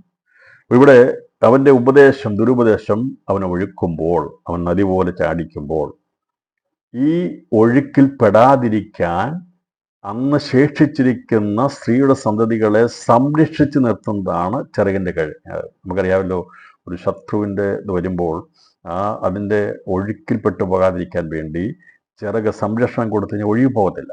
അപ്പോൾ ദൈവത്തിൻ്റെ വചനം അനുസരിക്കുന്ന സാക്ഷ്യമുള്ളവരെ ഈ ദുരുപദേശത്തെ ഒഴുകി പോകാതിരിക്കാൻ വേണ്ടി ദൈവമിടുന്ന പ്രൊട്ടക്ഷനാണ്, സംരക്ഷണമാണ് ഈ കഴുകൻ്റെ 2 വലിയ ചിറക് പോലുള്ള സംരക്ഷണം പറയുക. കാരണം അത് ശക്തിയെ കാണിക്കുന്നു. കഴുകൻ്റെ ശക്തിയെ കാണിക്കുന്നത് ദൈവത്തിൻ്റെ ശക്തി, വചനത്തിൻ്റെ ശക്തിയെ കാണിക്കുക. വചനത്തിൻ്റെ ശക്തിയാണ് അവരെ കവർ ചെയ്തിരിക്കുന്നത്. അല്ലെങ്കിൽ ഈ ദുരുപദേശമാകുന്ന ഈ സാത്താൻ്റെ സഭയുടെ മേൽ ഒഴുകുന്ന, അല്ലെങ്കിൽ അന്നത്തെ ശേഷിച്ചിരിക്കുന്നവരുടെ മേൽ പകരപ്പെടുന്ന അന്ന് ഒഴുകുന്ന നദി പോലെയാണ്. കാരണം ദുർവേഷം ഇന്ന് തന്നെ നമുക്കറിയാം അടിസ്ഥാനമില്ലാതെ പറഞ്ഞു പോകുന്നതെല്ലാം ഇതിനോട് ബന്ധപ്പെട്ടാണ് നിൽക്കുന്നത്. ഇതിന് നിരവധി തെളിവുകൾ ഇതിനകത്തുണ്ട്. അപ്പം സർപ്പം സ്ത്രീ ഒഴിക്കളയാൻ അവളുടെ പിന്നാലെ തൻ്റെ വായിൽ നിന്ന് നദി വെള്ളം ചാടിച്ചു, എന്നാൽ ഭൂമി സ്ത്രീക്ക് തുണ നിൽക്കുന്നതാണ് നയിക്കുന്നത്. അപ്പം ഇത് എന്താണ് എന്നുള്ളത് നമുക്കറിയാം. ശുദ്ധവെള്ളമാണ്. ഇതേക്കുറിച്ച് നമ്മൾ പഠിക്കാൻ വേണ്ടി ഞാനിന്ന് വെളിപ്പാട് പുസ്തകം അതിൻ്റെ 12-ാം അധ്യായം 15-16 വാക്യങ്ങൾ വായിക്കുന്നു. സർപ്പം സ്ത്രീയെ ഒഴുക്കിക്കളയേണ്ടതിന് അവളുടെ പിന്നാലെ തൻ്റെ വായിൽ നിന്ന് നദി പോലെ വെള്ളം ചാടിച്ചു. എന്നാൽ ഭൂമി സ്ത്രീക്ക് തുണ നിന്നു. മഹാസർപ്പം വായിൽ നിന്ന് ചാടിച്ച നദിയെ ഭൂമി വായ തുറന്ന് വിഴുങ്ങിക്കളഞ്ഞു. ഇവിടെ ആൺകുട്ടിയെ മധ്യാകാശമാണ് സ്വർഗത്തിൽ വെച്ച് തിന്നുകളയുന്ന ദുഷ്ടലാക്കോടെയാണ് സാത്താൻ അവിടെ നിൽക്കുന്നതെങ്കിൽ, അതിൽ വിജയിക്കാതെ മധ്യാകാശത്ത് പരാജിതനായി താഴെ വീണ് കഴിയുമ്പോൾ അവൻ്റെ അടുത്ത പദ്ധതി എങ്ങനെയെങ്കിലും സ്ത്രീയെ ഒഴുക്കിക്കളയുന്നതാണ്. എന്ന് പറഞ്ഞാൽ ഈ ദൈവസഭയുടെ ബാക്കിയുള്ളവരെയും ദൈവകൽപ്പന പ്രമാണിക്കുന്നവരെയും ദുരുപദേശങ്ങളാൽ ഒഴുക്കിക്കളയുക എന്നുള്ളതാണ് അവൻ ചെയ്യുന്ന അവൻ്റെ തന്ത്രപരമായ പരിപാടി. ഇപ്പോൾ 7 ദൈവസഭകളുള്ള തോതിൽ സാത്താനിക 7 വിധ തന്ത്രങ്ങളെക്കുറിച്ച് നമ്മൾ പഠിച്ചിരുന്നു സഭകളുടെ ബന്ധത്തിൽ. എന്നാൽ ഈ സാത്താനിക മഹോദ്രവ കാലത്ത് സാത്താൻ്റെ 7 വിധ പൈശാചിക പ്രവൃത്തികളെക്കുറിച്ച് നാം മനസ്സിലാക്കണം. 7 വിധ പൈശാചിക പ്രവൃത്തികൾ. അതിൽ ഒന്ന് വശീകരിക്കുന്നു. 12-ാം അധ്യായം 4-ാം വാക്യം നോക്കുമ്പോൾ ഈ കഥാന മധ്യാകാശ പ്രത്യക്ഷമുള്ള സമയത്ത് വരുമ്പോൾ അവൻ വശീകരിക്കുന്നു. 12-ാം അധ്യായം 4-ാം വാക്യത്തിൽ അവൻ വശീകരിച്ച് എന്നതിനെക്കുറിച്ച് 1/3 വലിച്ചുകൂട്ടി ഭൂമിയിലേക്ക് എറിഞ്ഞു കളയുന്നു. അപ്പം സൃഷ്ടികളിൽ പ്രഭാനഷ്ടങ്ങളായിരിക്കും സൃഷ്ടികൾ 1/3 വശീകരിച്ച് അവൻ ഇത് സംഭവിക്കാനുള്ള കാര്യങ്ങളാണ്. അവൻ ഭൂമിയിലേക്ക് എറിഞ്ഞു കളയും. അപ്പം സാത്താൻ ഇനി ചെയ്യുന്ന അവൻ്റെ പ്രവർത്തനങ്ങൾ ഒന്ന് വശീകരിക്കും. 2 തിന്നുകളയുവാൻ ശ്രമിക്കുന്നു. ആൺകുട്ടിയെ തിന്നുകളയാൻ വേണ്ടി ശ്രമിക്കുന്നു. അവൻ്റെ പ്രവൃത്തിയായിട്ട് അവൻ വാവിടുന്ന പക്ഷേ അത് പരാജയപ്പെടുകയാണ്. 3 12-ാം അധ്യായം 9-ാം വാക്യത്തിൽ തെറ്റിച്ച് കളയുന്നു.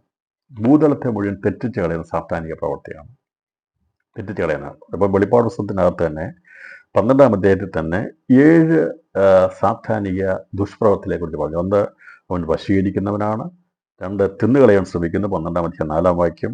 തെറ്റിച്ച് കളയുന്നത് 12-ാം അധ്യായം 9-ാം വാക്യം. ഭൂതലത്തെ മുഴുവൻ തെറ്റിച്ച് കളയുന്ന പഴയ പാമ്പ്. അപ്പോൾ 1 തുടങ്ങി ആദമിനെ തെറ്റിച്ച് കളഞ്ഞ ശക്തി പ്രബലപ്പെട്ട് അന്ന് പാമ്പായിരുന്നെങ്കിൽ മഹാസർപ്പമായിട്ട് വെളിപ്പെട്ട് അനേകരെ തെറ്റിച്ചും വഞ്ചിച്ചും കളഞ്ഞ് അവൻ്റെ കൂട്ടത്തിൽ കൂട്ടിയിട്ടുണ്ട്. അതാണ് മഹാസർപ്പമായി നടക്കുന്നത്. പിന്നീട് അപവാദം പറഞ്ഞ് കുറ്റം ചുമത്തുന്നു. 12-ാം അധ്യായം അതിൻ്റെ 10-ാം വാക്യം. ഇവിടെ അപവാദം പറഞ്ഞവൻ കുറ്റം ചുമത്തുന്നു. 12-ാം അധ്യായത്തിൽ പറഞ്ഞിരിക്കുന്ന 7 കാര്യങ്ങൾ ഞാൻ പറഞ്ഞിരിക്കുന്നു. 1 അവൻ വശീകരിക്കുന്നു, 12-ാം അധ്യായം 4-ാം വാക്യം. തിന്നുകളയുവാൻ ശ്രമിക്കുന്നു, 12-4. തെറ്റിച്ച് കളയുന്നു, 12-ാം അധ്യായം 9-ാം വാക്യം. അതുപോലെ ഇവിടെ പറഞ്ഞിരിക്കുന്നത് അപവാദം പറഞ്ഞ് കുറ്റം ചുമത്തുന്ന 12-ാം അധ്യായം 10-ാം വാക്യം.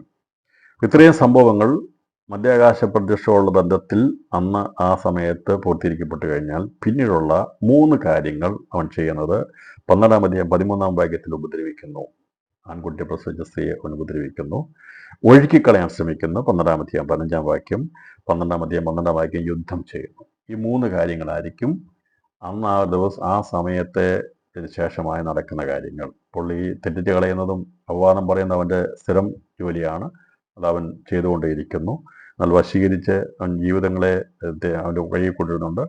വശീകരിക്കുന്നതിൻ്റെ ഒരു പ്രതീകമായിട്ട് അവൻ അന്ന് പ്രഭാത നക്ഷത്രങ്ങളിലെ 3/1 വശീകരിക്കുന്നതിനെ കുറിച്ച് കാണുന്നു. തിന്നുകളയാൻ ശ്രമിക്കുന്നു, അവനെ പുനരുത്ഥാനത്തെ തടയാൻ വേണ്ടി ശ്രമിക്കുന്നു. പിന്നീട് അവനത് ശ്രമിച്ചുകൊണ്ടിരിക്കുന്നത് നിവൃത്തിയിരിക്കപ്പെട്ട കാര്യങ്ങൾ, ഇനി ബാക്കിയുള്ള കാര്യങ്ങൾ അത് അവൻ്റെ പ്രവൃത്തിയായിട്ട് ഇവിടെ ഭൂമി കാണുകയും ചെയ്യുമെന്നാണ് ഇവിടെ പറഞ്ഞിരിക്കുന്നത്. അപ്പം ഇത് മനസ്സിലാക്കിയതിലേക്ക് ഞാൻ പോകാൻ ആഗ്രഹം. എന്നാൽ ഈ ഉപദ്രവിക്കുന്നുള്ളത് നമുക്കറിയാം. സാധാരണ ഉപദ്രവം ഭയത്തോടെ ജീവിക്കാൻ എല്ലാ ക്രിസ്തുവേശൻ ഭയഭക്തിയോടെ ജീവിക്കുന്ന എല്ലാവർക്കും ഉപദ്രവം ഉണ്ടാകും. സാധാരണ ഉപദ്രവിക്കാത്ത ആത്മപ്രകാരം ജനിച്ചവനെ ജഡപ്രകാരം ജനിച്ചവനെ ഉപദ്രവിക്കും. ആരെയെങ്കിലും ഉപയോഗിച്ച്, സാധാരണ നേരിട്ടൊന്നും ഉപദ്രവിക്കില്ല, ആരെങ്കിലും ഉപയോഗിച്ച് നമ്മളെ ഉപദ്രവിക്കും. അവൻ്റെ ഉപദ്രവമുണ്ട്. അപ്പോൾ ഒഴുക്കിക്കളയുവാൻ ശ്രമിക്കുന്നു എന്നുള്ളത് ഒന്ന് നമുക്ക് ചിന്തിക്കേണ്ടി. കാരണം എന്താണ് ഒഴുക്കിക്കളയാനുള്ളത്? അവിടുത്തെ പ്രധാനപ്പെട്ട ഒരു ഭാഗം അതാണല്ലോ. സർപ്പം സ്ത്രീ ഒഴുക്കിക്കളയായിരുന്നു, അവളുടെ പിന്നാലെ തൻ്റെ വായിൽ നിന്ന് നദി പോലെ വെള്ളം ചാടിച്ചു.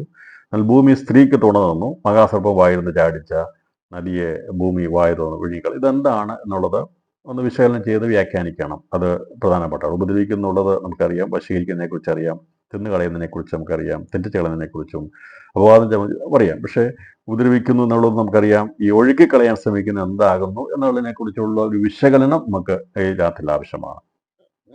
അപ്പം ശുദ്ധവെള്ളം എന്നുള്ളത് ദൈവജനമാണ്. ഇബ്രാഹിം 10-ാം അധ്യായം 22-ാം വാക്യത്തിൽ പറഞ്ഞിരിക്കുന്നത്, നാം ദുർമനസാക്ഷി നീങ്ങുമാർ ഹൃദയങ്ങളിൽ തളിക്കപ്പെട്ടവരും ശുദ്ധവെള്ളത്താൽ ശരീരം കഴുകപ്പെട്ടവരുമായി വിശ്വാസത്തിന്റെ പൂർണ്ണ നിശ്ചയം കൊണ്ട് പരമാർത്ഥ ഹൃദയത്തോടെ ചെല്ലുക.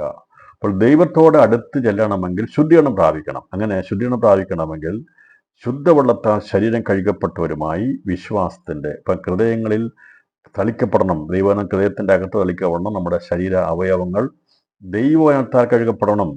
വെള്ളത്താൽ കഴുകുന്ന ശുദ്ധീകരണം ജഡീയ ശുദ്ധീകരണമാണ്. ഇപ്പൊ ജഡീയ ശുദ്ധീകരണം കൊണ്ട് നമുക്ക് ഭൗമികമായിട്ടുള്ള ശുദ്ധീകരണമാണ് കിട്ടുന്നത്. കൈ കഴുകുന്ന, കാല് കഴുകുന്ന, ഇവിടുത്തെ വെള്ളം കൊണ്ടാണ് കഴുകുന്നാൽ ശുദ്ധവെള്ളം എന്നിവിടെ പറഞ്ഞിരിക്കുന്നത് വചനമാണ്. വചനം കൊണ്ട് ഹൃദയത്തിൽ രക്തത്തിന്റെ തളിപ്പുണ്ടാകണം.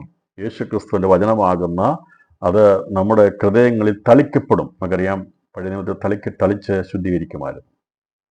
ഹൃദയത്തിൽ രക്തത്തിന്റെ തളിപ്പുണ്ടാകണം. സ്പ്രിംഗ്ലിംഗ് നമ്മുടെ ഹൃദയത്തിൽ ദൈവവചനം ശുദ്ധവചനം തളിച്ചു, ശുദ്ധീകരിച്ചു. അല്ലേ? നമ്മളെത്ര മനസ്സിലാക്കിയെടുക്കുക, നമ്മുടെ ഹൃദയം ദൈവത്തിന്റെ വചനത്താൽ ശുദ്ധീകരിക്കപ്പെട്ടതാണ്. അപ്പം ദുർമനസാക്ഷി നീങ്ങി. അപ്പം ഈ ദുർമനസാക്ഷിയോടുകൂടി അപ്പൊ എന്താണ് ഈ വചനം തളിക്കപ്പെടുക എന്ന് പറഞ്ഞാൽ അർത്ഥം എന്താ? ഹൃദയം തളിക്കപ്പെട്ടു, രക്തത്തിന്റെ തളിപ്പ് എന്ന് പറയുമ്പോൾ യേശുക്രിസ്തു രക്തത്താൽ തളിക്കപ്പെട്ടാണെന്ന് പഴയ നിയമ പ്രമാണം അവർ കൊടുക്കുമ്പോൾ ആടിൻ്റെയൊക്കെ രക്തമെടുത്ത് തളിച്ചിട്ടാണ് നിയമം ചെയ്തിരുന്നത്. തളിക്കപ്പെട്ടു, യേശുവിൻ്റെ രക്തത്താൽ നമ്മെ അവൻ്റെതാണ് എന്ന് പുതിയ നിയമത്തിൻ്റെ മധ്യസ്ഥനായിരിക്കുന്ന കുഞ്ഞാടിൻ്റെ രക്തം തളിച്ച് നമ്മളെ ശുദ്ധീകരിച്ച് നാം എന്തായിത്തീർന്നു. നാം കുഞ്ഞാടിൻ്റെ രക്തത്താൽ തളിക്കപ്പെട്ടപ്പോൾ നമ്മുടെ ദുർമനസാക്ഷി നീങ്ങി, മനസ്സാക്ഷി നീങ്ങി. അതിനാണ് മാനസാന്തരം എന്ന് പറയുന്നത്. മാനസാന്തരം. ഈ മാനസാന്തരം എന്ന് പറയുമ്പോൾ നമുക്ക് പലർക്കും അത് എന്താ മാനസാന്തരം എന്നുള്ളത്. മാനസാന്തരം എന്നുള്ളത് ഒരു മനുഷ്യന് മാനസാന്തരപ്പെടണം, അല്ലെങ്കിൽ തെറ്റിൽ നിന്ന് രക്ഷപ്പെടണമെന്ന് ആഗ്രഹമുണ്ടെങ്കിലും അവന് പൂർണ്ണമായിട്ടും അതിൽ നിന്ന് വിടുതൽ പ്രാപിക്കാത്തതിൻ്റെ കാരണം ഈ രക്തത്തിൻ്റെ തളിപ്പ് നടക്കാത്തത് കൊണ്ടാണ്. എല്ലാവർക്കും ആഗ്രഹമുണ്ട്, പാപം ചെയ്യുന്ന എല്ലാവർക്കും ആഗ്രഹമുണ്ട്. വീണ് കഴിയുമ്പോഴത്തെ പാപത്തെ വീണ് ഇപ്പം അടിവിലിനകത്ത് വീണ പോലെയാണ്. വീണ് കഴിഞ്ഞാൽ പിന്നെ അവിടുന്ന് വെളി വരണമെന്ന് അടിവിൽ വീണ് കഴിയുമ്പം ആഗ്രഹിക്കും. പിന്നെ ചിലർ മാത്രമേ ഉള്ളൂ കഠിന ഹൃദയരായിട്ട് അത് കിടക്കാൻ ആഗ്രഹിക്കുന്നവർ. കഠിനമായിരിക്കുന്ന ചിന്തയുള്ളൂ. ചിലർ അത് അഹങ്കാരികളാണ്. വീണ് കഴിഞ്ഞാൽ ഈ അടിവിൽ കിടന്നാൽ പോലും അഹങ്കാരം കാണിക്കുന്നവരുണ്ട്. അവർക്ക് അതിൻ്റെ ആവശ്യമില്ല. അവർ വിചാരിക്കുന്ന പൊക്കോട്ടെ, ഇത്രയേ ഉള്ളൂ എന്നുള്ള രീതിയിൽ ചിന്തിക്കുന്നവരാണ്. എന്നാൽ ഒരു നല്ല ഭൂരിപക്ഷം ആൾക്കാർക്കും എപ്പോഴും മനസ്സാക്ഷിയിൽ കുറ്റബോധമുള്ളവരാണ്. എങ്ങനെയെങ്കിലും ഒന്ന് ഒരു ശുദ്ധീകരണം കിട്ടണം, അല്ലെങ്കിൽ ഒരു പാപത്തിന് വിടുതൽ കിട്ടണമെന്ന് ആഗ്രഹിക്കുന്നവരാണ്. ഇപ്പോൾ ഞാൻ പറഞ്ഞല്ലോ, അതൊരു ദൈവം തന്നിരിക്കുന്ന പ്രത്യേകതയാണ് മനസ്സാക്ഷി എന്നുള്ളത്. ഈ ദുർമനസാക്ഷിയായി തീർന്നു. എങ്ങനെ എനിക്ക് നല്ല മനസ്സാക്ഷിയാക്കി തീർക്കാൻ കഴിയും? നമ്മുടെ പ്രവർത്തി കൊണ്ട് കഴിയത്തില്ല. നാം പെട്ടുകിടക്കുക, വില്ലിൽ കിടക്കുക. ഇതിൽ നിന്ന് രക്ഷിക്കണമെങ്കിൽ ദൈവത്തിന്റെ വചനമാകുന്ന ജീവന്റെ രക്തത്തിന്റെ ശക്തി മാത്രമേ നമ്മളെ പാപത്തിൽ നിന്ന് വെളിക്കൊണ്ടിരിക്കൂ. നമ്മളെല്ലാം അടിവള്ളി കിടന്ന അടിവില്ലി വീണ് പോയവരാ, അവിടെ കിടന്ന് മരിച്ചു പോയനെ, നരകാഗ്നി പോയനെ. പക്ഷെ എന്നാൽ കർത്താവിനോട് നാം അവിടെ കിടന്ന് നിലവിളിച്ച്, കർത്താവേ ഞാൻ പാപത്തിൽ കിടക്കുക, എന്നെ രക്ഷിക്കണേ എന്ന് പറഞ്ഞപ്പോൾ ദൈവത്തിന്റെ കൃപയാൽ നമ്മളെ കർത്താവ് തന്റെ രക്തത്തിന്റെ ശക്തി കൊണ്ട് നമ്മളെ അതിന് സാത്താന്റെ പിടിയിൽ നമ്മളെ വെളിക്കൊണ്ടു. അതാണ് ഹൃദയങ്ങൾ തളിക്കപ്പെട്ടു എന്നുള്ളതിൻ്റെ അർത്ഥം. നമ്മൾ വെളിയിൽ കൊണ്ടു കഴിഞ്ഞപ്പോൾ നാം യേശുക്രിസ്തുവിന്റെ രക്തത്തിന്റെ ശക്തിയാൽ നാം എന്ത് ചെയ്തു? പാപ മരണത്തിൽ നാം വിടുതൽ പ്രാപിച്ചു. നമ്മുടെ മനസ്സാക്ഷി ശുദ്ധമുള്ളതായി തോന്നും. നമ്മുടെ ദേഹത്തിനും ദേഹിക്കും ആത്മാവിനും വിടുതലുണ്ടായി. പിന്നീട് നാം ശുദ്ധവെള്ളത്താൽ കഴുകപ്പെട്ടവരണം. വിശ്വാസത്തെ പൂർണ്ണ വെച്ചപ്പോൾ എല്ലാ ദിവസവും ദൈവവചനം കേൾക്കിട്ട് വചനത്തിൻ്റെ അടിസ്ഥാനത്തിൽ നാം കഴുകൽ പ്രാപിക്കണം. ശുദ്ധവെള്ളത്താൽ കഴുകൽ പ്രാപിച്ച് വിശ്വാസത്തിന്റെ പൂർണ്ണ നിശ്ചയം പൂണ്ട് പരമാർത്ഥ ഹൃദയത്തോടെ അടുത്ത് ചെല്ലെങ്കിൽ മാത്രമേ കർത്താവിന്റെ വചനങ്ങൾ നമുക്ക് എടുക്കപ്പെടാൻ കഴിയും. നമ്മൾ അകന്ന് നിൽക്കുകയാണെങ്കിൽ ചേരാൻ പറ്റത്തില്ല. ഇപ്പോൾ നമ്മൾ എങ്ങനെയാണ് നിൽക്കേണ്ടത്? നാം സാക്ഷി നീങ്ങുമാറ് രക്തത്താൽ തളിക്കപ്പെടുന്ന നമ്മുടെ ഹൃദയത്തിൽ രക്തത്തളിപ്പുണ്ടാകണം. മനസ്സാക്ഷി എപ്പോഴും ശുദ്ധമായിരിക്കണം. നല്ലൊരു മനസ്സാക്ഷിക്ക് വേണ്ടി നാം പ്രാർത്ഥിക്കണം. കർത്താവേ, പാപപങ്കിലമായിരിക്കുന്ന ചിന്തകളിൽ നിന്ന് അവിടുത്തെ രക്തം തെളിച്ചെന്നെ ശുദ്ധീകരിക്കണമേ. എൻ്റെ ശരീരത്തിൻ്റെ അവയവങ്ങളെ അങ്ങയുടെ വചനത്താൽ അതിൻ്റെ ശക്തിയാൽ നീതിയുടെ അവയവങ്ങളാക്കി മാറ്റണമേ. കർത്താവേ, എനിക്ക് വിശ്വാസത്തിൻ്റെ പൂർണ്ണ നിശ്ചയം പൂണ്ടുകൊണ്ട് കൃപാസനത്തേക്ക് അടുത്തു വരുവാനുള്ള കൃപ നൽകണമേ എന്ന് നാം എപ്പോഴും ആഗ്രഹമുള്ളവരായിരിക്കണം. അങ്ങനെ ശുദ്ധവെള്ളത്താൽ കഴുകപ്പെടുന്നവർക്കാണ് മണ്ണിലെ ജലം നമുക്ക് ശുദ്ധവെള്ളമാണ് ദൈവത്തിൻ്റെ വചനം. എന്നാൽ സത്യദൈവത്തിൽ നിന്ന് അകന്ന് പോകുന്ന സാത്താനിൽ ഉളവാകുന്ന മലിനജലത്തിലേക്ക് ആണ് നീങ്ങിക്കൊണ്ടിരിക്കുന്നത്, മലിനജലം. അതിനാൽ അവർ മലിനപ്പെട്ടു പോവുകയാണ് ചെയ്യുന്നത്. ദൈവത്തിൽ നിന്ന് അകന്ന് പൈശാചികതയിലേക്ക് വഴുതി പോവുകയും ചെയ്യുന്നു. ഞാൻ പറഞ്ഞല്ലോ, ഈ വചനം തന്നെ യേശുവിൻ്റെ നാമം പറഞ്ഞ് ഇതേ വചനം തന്നെ എടുത്തിട്ട് പലരും എത്രമാത്രം അശുദ്ധിയിലേക്കും അസാത്മാർഗത്തിലേക്കും വഷളത്തിലേക്കും പോകുന്നതെന്നറിയാം. കയ്യിരിക്കുന്ന ബൈബിളായിരിക്കും, വചനം തന്നെയായിരിക്കും, ഈ പുസ്തകമായിരിക്കും കയ്യിലിരിക്കുന്നത്. പക്ഷേ മനസ്സാക്ഷി ശുദ്ധീകരിക്കപ്പെടാതെ സാത്താൻ്റെ പ്രവൃത്തി മുഖാന്തരമായി ഈ വെള്ളത്തെ തന്നെ, ഈ വചനത്തെ തന്നെ കോട്ടിക്കളഞ്ഞ് അവിടെ ജീവിതത്തെ മലിനപ്പെടുത്തി കളയാറുണ്ട്. വളരെ ശ്രദ്ധിക്കണമേ. ദൈവജനമാണ്, ഉപയോഗിക്കുന്നില്ല ദൈവജനം, പക്ഷേ അവർ പുറമെ പറയുന്നതല്ലാതെ അകത്തൊരു പ്രവർത്തനം നടക്കുന്നില്ല. നമ്മുടെ ഹൃദയത്തിൽ തളിക്കപ്പെട്ട് നാം മനസ്സാക്ഷിയുള്ളവരാണ്. എന്നാൽ സാധാനിക ആ ഭഗവത്വത്തിലേക്ക് വരുമ്പോഴത്തേക്ക് അനേകർ മലിനപ്പെട്ടു പോയി ദൈവത്തിൽ നിന്നകന്ന് പൈശാചിക ആരാധനയിലേക്ക് വഴുതിപ്പോവുകയും ചെയ്യുന്ന ഒരു ദുരവസ്ഥയായിരിക്കും ഭഗവത്തിന്റെ കാലത്തുണ്ടാകാൻ പോകുന്നത്. ഇപ്പോൾ സത്യാധനയ്ക്ക് വേണ്ടി ആഗ്രഹിക്കുന്നു. എന്നാൽ ആരെങ്കിലും മനസ്സാക്ഷിയെ വഞ്ചിച്ചുകൊണ്ട് ഈ കാര്യങ്ങൾ ഇടപെട്ട് കഴിഞ്ഞാൽ അവിടെ പ്രവർത്തി വെളിപ്പെടുത്തും. അതുകൊണ്ട് നമുക്ക് ശുദ്ധവെള്ളത്തിൻ്റെ കഴുകലാണ് ആവശ്യം. അത് നമ്മുടെ മനസ്സാക്ഷി നിർജീവ പ്രവർത്തികളെ വിട്ട് മാനസാന്തരപ്പെട്ടു എന്നുള്ള നിർജീവമായിരിക്കുന്ന അവസ്ഥയിൽ നമ്മളെ ജീവന്റെ ആരാധനക്കാരാക്കി മാറ്റിയെടുത്തു. അപ്പം സത്യസഭയുടെ ആരംഭം മുതൽ ദുരുദ്ദേശ മലിനജലം ചിലരെ സത്യമാർഗത്തു നിന്ന് അകറ്റിയിട്ടുണ്ട്. നമുക്കറിയാം, എല്ലാ കാലഘട്ടങ്ങളുണ്ട്. ഇപ്പോൾ അത് കൂടിക്കൂടി വരികയാണ്. അപ്പോൾ ദൈവസഭയുടെ ഉപദേശത്തു നിന്ന് ദുരുപദേശമാകുന്ന മലിനജലം അവൻ ഉപയോഗിച്ചിട്ട് ഇതിനകത്ത് ഏതെങ്കിലും ഒരു വാക്ക് അങ്ങോട്ടും ഇങ്ങോട്ടും മാറ്റും, അതിനകത്ത് വീഴിക്കും. നമ്മൾ ഈ വചനം തന്നെ ഉപയോഗിക്കുന്നത്, പക്ഷെ അതിൻ്റെ അകത്ത് അവൻ ഉപയോഗിക്കും. നിങ്ങൾക്കറിയാമോ, എലിയെ പിടിക്കാനൊക്കെ വെക്കുന്ന വിഷത്തിൻ്റെ അകത്ത് മുഴുവൻ വിഷമല്ല. ഈ ദുരുപദേശം പറയുന്നവരുടെ പ്രസംഗത്തിനകത്ത് പ്രത്യേകത എന്ന് പറഞ്ഞാൽ, അതുകൊണ്ടാണിത് കേൾക്കരുതെന്ന് പറയുന്നത്, അതിന് പുറകെ പോകരുതെന്ന് പറയുന്നത്, സത്യവിശ്വാസത്തിൽ പോകരുതെന്ന് പറയുന്നത്. കാരണം ഒരു എലിയെ പിടിക്കാൻ വേണ്ടി വെക്കുന്ന എലിവിഷം വെക്കുന്നത് മുഴുവനല്ല എലിവിഷം വെക്കുന്നത്, അതൊരു പഴത്തിൻ്റെ അകത്ത് അല്പമേ വെക്കുകയുള്ളൂ, ബാക്കി മുഴുവനും കഴിക്കാൻ പറ്റിയതാണ്. പക്ഷെ അവൻ വെച്ചിരിക്കുന്ന ഈ സാധനം അകത്തോട്ട് ചെന്ന് കഴിഞ്ഞാൽ നീ മരിക്കും. ഏത് ദുരുപദേശൻ്റെ പ്രസംഗം എടുത്ത് പഠിച്ചു, എല്ലാം പ്രസംഗിക്കും, അവസാനം എന്തെങ്കിലും ഒരു ദുരുപദേശം അതിനകത്ത് വെച്ചിരിക്കും, വിഷമാവും, അത് നീ വിഴുങ്ങും. അതുകൊണ്ടാണ് അത്തരം തന്ത്രങ്ങളിൽ നാം അകപ്പെട്ടു പോയി. ഇപ്പം ഇഷ്ടംപോലെ മെസ്സേജുകളുണ്ട്, ആർക്കും കേൾക്കാൻ കുഴപ്പമൊന്നുമില്ല. രക്ഷിക്കപ്പെട്ട് വിശ്വാസാനത്താൽ പിതാവിൻ്റെയും പുത്രൻ്റെ പരിശുദ്ധാത്മാവിൻ്റെ നാമത്തിൽ സ്നാനപ്പെട്ടവരും പരിശുദ്ധാത്മാഭിഷേകമുള്ളവരും ദൈവകൃപയുള്ള ജീവിതമുള്ളവൻ്റെ പ്രസംഗമായിരിക്കണം യഥാർത്ഥമായിട്ടുള്ളത്. ബാക്കിയുള്ളതൊക്കെ ബോഷ്കിൻ്റെതാണ്. അതിൻ്റെ അകത്ത് എവിടെയെങ്കിലും അശുദ്ധിയുടെ മലിനപ്പെടുന്ന വിഷം വെച്ചിട്ടുണ്ടായിരിക്കും. കേൾക്കുമ്പോൾ ഒരുപോലെ തോന്നും, കാണുന്ന പഴം ഒരുപോലെ, അത് തുറന്ന് ഇതിൻ്റെ അകത്ത് വെച്ച് കവർ ചെയ്തിരിക്കുന്ന ആരും കാണത്തില്ല. സാത്താൻ്റെ തന്ത്രമാണ് അല്ലേ? കപ്പയ്ക്കകത്തൊക്കെ വിഷം വെച്ച് വെക്കാറില്ലേ? പഴത്തിനകത്ത് വെക്കാറില്ലേ? എന്താ ചെയ്യുന്നത്? തുറന്നിട്ട് അതിനകത്ത് വിഷം വെച്ചിട്ട് അടയ്ക്കും, ആരെയും കാണത്തില്ല, എന്നിട്ട് വെച്ചേക്കും, എലി വന്ന് തിന്നും, തീരും എന്ന് പറഞ്ഞതുപോലെ ഈ ദുരുപദേശം വെച്ചിരിക്കുന്ന അകത്ത് വെച്ചിട്ടുണ്ട്, പക്ഷെ മുഴുവൻ കവർ ചെയ്തിരിക്കുന്ന വചനം കൊണ്ടാണ്. വചനത്തിൻ്റെ കവറിങ്ങിൽ അകത്ത് വെച്ചിരിക്കുന്ന ദുഷ്ടശക്തിയുടെ ആലോചനയുണ്ട്. അത് തിന്നു കഴിഞ്ഞാൽ മലിനപ്പെട്ടു പോകും. അതിനാൽ ഇതുവരെയും പ്രളയജലമായിട്ട് വന്നിട്ടില്ല, എന്നാൽ ഇങ്ങനെ കാലങ്ങളിൽ ഇത് സംഭവിച്ചിട്ടുണ്ട്. അതുകൊണ്ട് കാരണം യേശു ക്രിസ്തുവിൻ്റെ പുനരുത്ഥാനത്തെ ശക്തി ഭൂമിയിൽ വ്യാപരിക്കുന്നതുകൊണ്ടാണ് ഇത് പ്രളയമായിട്ടിലായിരിക്കുന്നത്. എവിടെയെങ്കിലും ഇതെന്ന് വന്നാൽ അതിനെ കീഴ്പ്പെടുത്താനുള്ള ശക്തി ഇവിടെ വ്യാപരിക്കുന്നുണ്ട്. അത് പ്രബലപ്പെടാറില്ല. നമുക്കറിയാം, ഊണുമുറക്കമൊക്കെ വിട്ട് എത്രയോ പേര് യേശു വരുമെന്ന് പറഞ്ഞുകൊണ്ട് ആഹാരം കഴിക്കാതെയൊക്കെ പോയി പല മരുഭൂമിയിലൊക്കെ പോയി ആത്മഹത്യ ചെയ്തിട്ടുണ്ട്. എന്താ കാര്യം? എന്താ? കർത്താവ് വരാൻ പോവുക, ഡേറ്റും തീരുമാനിക്കും, വരിക എന്ന് പറഞ്ഞിട്ട് എല്ലാം വീടും കൊടുക്കുകയും എല്ലാം എടുത്ത് പിള്ളേരെ പഠിപ്പിക്കത്തില്ല. അങ്ങനെ അവർ കാത്തിരുന്നിട്ട് അവസാനം നടക്കാൻ വരുമ്പോഴത്തേനെ കൂട്ട ആത്മഹത്യ ചെയ്യും. പ്രിയപ്പെട്ടവരെ, ഇതൊക്കെ ദുരുപദേശത്തിൻ്റെ കാര്യങ്ങൾ. വചനമല്ല പറയുന്നത്. കർത്താവിന് വേണ്ടി കാത്തിരിക്കാൻ വേണ്ടി എല്ലാം വിട്ടുപോകുന്നവരാണ്. അങ്ങനെയൊന്നും വചനം പറഞ്ഞിട്ടില്ല. ദൈവം അങ്ങനെ പറഞ്ഞിട്ടില്ല. നാം വിട്ട് പിള്ളേരെ പഠിപ്പിക്കാതെ എല്ലാം വീടും വിട്ട് സ്ഥലമെല്ലാം വിട്ട് എവിടെയെങ്കിലും പോയി കാത്തിരിക്കണമെന്ന് കർത്താവ് പറഞ്ഞിട്ടില്ല. നമ്മുടെ ജീവിതത്തിൽ നാം ഒരുങ്ങി നിൽക്കണം. അല്ലാതെ കുറെ ആൾക്കാർ അവിടെ കൂടി കർത്താവിന് വേണ്ടി പോകാനുള്ള മണവാട്ടി സഭയുള്ള ആൾക്കാരെല്ലാം അവിടെ കൂടിക്കോ, ഒരുമിച്ച് കൂടി നമുക്ക് എവിടെയെങ്കിലും പോയി ഒരുമിച്ച് താമസിക്കാം, അവിടെ നമ്മളിങ്ങനെ കർത്താവിന് വേണ്ടി പ്രാർത്ഥിച്ചുകൊണ്ടിരുന്നാൽ മതി എന്ന് ആരെങ്കിലും പറഞ്ഞു വന്നാൽ അംഗീകരിക്കരുത്, എടുക്കരുത്. പൈശാചികമാണ്. കർത്താവ് അങ്ങനെ പറഞ്ഞിട്ടില്ല. നിങ്ങളങ്ങനെ പാടെല്ലാം കൂടി ഒരിടത്ത് ഒരുമിച്ച് കൂടി ജീവിക്കണമെന്നെല്ലാം കർത്താവ് പറഞ്ഞിട്ടില്ല. വിശ്വാസമായിട്ടുള്ള എല്ലാവരും ഒരുമിച്ച് കൂടി ഒരു വാർഡിൽ താമസിക്കണം പറഞ്ഞിട്ട് ഇങ്ങനെ പറഞ്ഞിട്ടില്ല. ഒരു ഫ്ലാറ്റിൽ താമസിക്കണമെന്നും പറഞ്ഞിട്ടില്ല. ഉണ്ടോ? ഇല്ല. പറഞ്ഞിട്ടുണ്ട് വിശ്വാസം എല്ലാം കൂടി ഒരു വാർഡിൽ, ഒരു പഞ്ചായത്തിൽ, ഒരു ഫ്ലാറ്റിൽ ഒരുമിച്ച് താമസിക്കണം കർത്താവ് പറഞ്ഞിട്ടില്ല. എവിടെയും ഏത് സ്ഥലത്തും താമസിക്കാം, എവിടെയും താമസിക്കാം. അതുകൊണ്ട് അങ്ങനെയുള്ള ദിവസം പറയും നമുക്കെല്ലാം പോകേണ്ടവരാ, അതുകൊണ്ട് വിറ്റുപെറുക്കി എല്ലാവരും ഒരുമിച്ച് നമുക്ക് ഒരു സ്ഥലത്ത് താമസിച്ചേക്കാം. അല്ലെങ്കിൽ പോകരുത്. പൈശാചിതാണ് അറകളിൽ, അതായത് ഇവിടെ എന്നൊക്കെ പറഞ്ഞ് പിന്നീട് വരും. അതാണ് പറഞ്ഞിരിക്കുന്നത്, ഇതാ ക്രിസ്തു അവിടെ നിന്നും അറകളിലുണ്ടെന്നോ എവിടെയാണെന്നോ ഒക്കെ പറഞ്ഞു വരും. ആ സമയത്ത് ഈ പറയുന്ന ആൾക്കാർ അങ്ങോട്ട് പോയി ഇങ്ങോട്ട് പോയി എല്ലാം ഓടിക്കൊണ്ട്. പക്ഷേ നീ എവിടെയാണോ ജീവിക്കുന്നത് ആ സ്ഥലത്ത് ജീവിക്കുക, വിശുദ്ധി ജീവിക്കുക. അവിടെ കർത്താവിൻ്റെ വചനം ഹൃദയത്തിൽ തളിക്കപ്പെട്ട് ശുദ്ധവെള്ളത്താൽ കഴുകപ്പെട്ട് നമ്മൾ ജീവിക്കുക. അതാണ് സഭയിൽ പോവുക. കർത്താവ് അല്ലാതെ മണവാട്ടി സഭ എന്ന പേരിൽ ഒരു സഭ ഉണ്ടാക്കാനൊന്നും കർത്താവ് പറഞ്ഞിട്ടില്ല.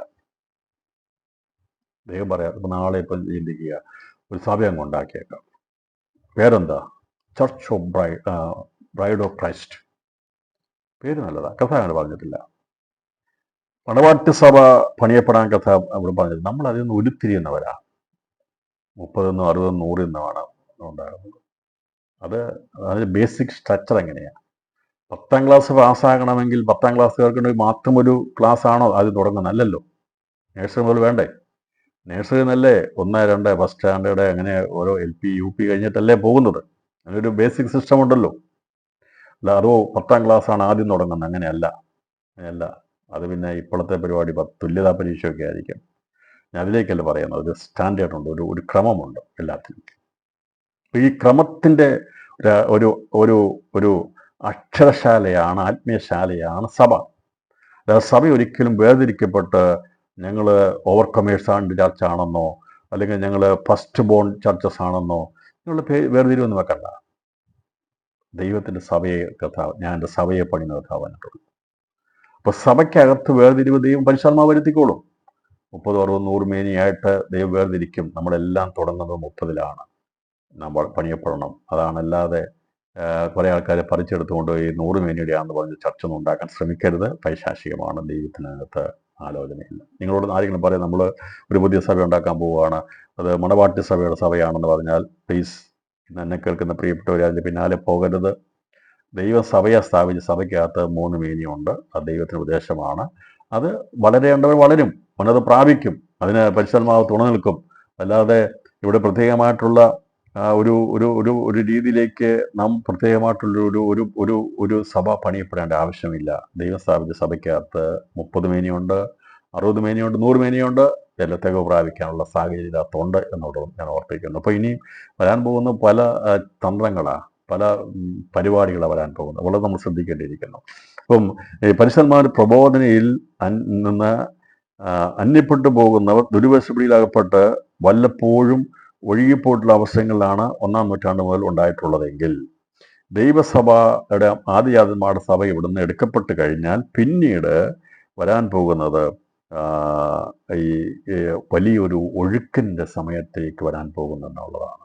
അതുകൊണ്ടാണ് എബ്രായലേഖനം 2-ാം അധ്യായം 1-ാം വാക്യത്തിൽ പറയുന്നത്, അതുകൊണ്ട് നാം വല്ലപ്പോഴും ഒഴുകിപ്പോകാതിരിക്കേണ്ടതിന് കേട്ടതധികം ശ്രദ്ധയോടെ കരുതിക്കൊള്ളുവാൻ ആവശ്യമാണ്. ഇപ്പോൾ ഇങ്ങനെയുള്ള ചില ശക്തികൾ പ്രബലപ്പെട്ട് കഴിയുമ്പോൾ ഇതിനെ തടയാൻ അവിടെ ആരും ഇല്ലെങ്കിൽ ഒഴുകും. എന്നാൽ തടഞ്ഞു കഴിഞ്ഞാൽ അവിടെ കൊണ്ട് തീരും, പറ്റിപ്പോക്കോളും. ഇതിനാണ് നമ്മൾ പ്രാർത്ഥിക്കുന്നത്. അപ്പോൾ നമ്മൾ പ്രത്യേകം പ്രാർത്ഥിക്കും, കർത്താവേ ദുരുപദേശത്തിൻ്റെ ശക്തി വ്യാപരിക്കാതിരിക്കാൻ വേണ്ടി നാം പ്രാർത്ഥിക്കണം. നാം പ്രാർത്ഥിച്ചതിനെ ഇല്ലായ്മ ചെയ്യണം. നമ്മളതിനെ ശക്തമായിട്ട് എതിർക്കണം. അത് നമ്മൾ ചെയ്തിരിക്കണം. അതായത് 2-ാം അധ്യായം 1-ാം വാക്യത്തിൽ നാം കേട്ട വചനം അധികം ശ്രദ്ധയോടെ കരുതിക്കൊള്ളണം. പദ്യവശത്തെ പൊറുക്കാതെ ഈ കർണരസമാറുമാകുള്ള കെട്ടുകഥകളിലേക്ക് തിരിയുന്നവരാണ് ദൈവത്തെ അലക്ഷ്യമാക്കി കളയുക. നമുക്കറിയാം, ചിലർക്കൊക്കെ പ്രസംഗിക്കുമ്പം തമാശകളാണ് ഇഷ്ടം, വചനമല്ല ഇഷ്ടം, തമാശകളാണ്. കാതിന് ഇമ്പമായിരിക്കും, കേൾക്കുന്ന കാര്യത്തിനകത്ത് ഇമ്പമായിരിക്കും, അല്ലെങ്കിൽ ഇറങ്ങിപ്പോകും. അതായത് നമുക്ക് ഇഷ്ടപ്പെടുന്നില്ലല്ലോ. അല്ലെങ്കിൽ അത് ഇതെന്താണ് കാര്യം? ഉപമകളും തമാശകളും സാക്ഷ്യങ്ങളൊക്കെ പറയാണ് പ്രവർത്തകർക്ക് ഇഷ്ടമാണ്. സാക്ഷ്യം വേണം, എല്ലാ ഉപമ വേണം, എല്ലാം വേണം. പക്ഷേ വചനം അതിൻ്റെ എപ്പോഴും ആധികാരികതയിൽ അത് കട്ടിയുള്ള വചനം ദൈവസഭയ്ക്ക് ആവശ്യമാണ്.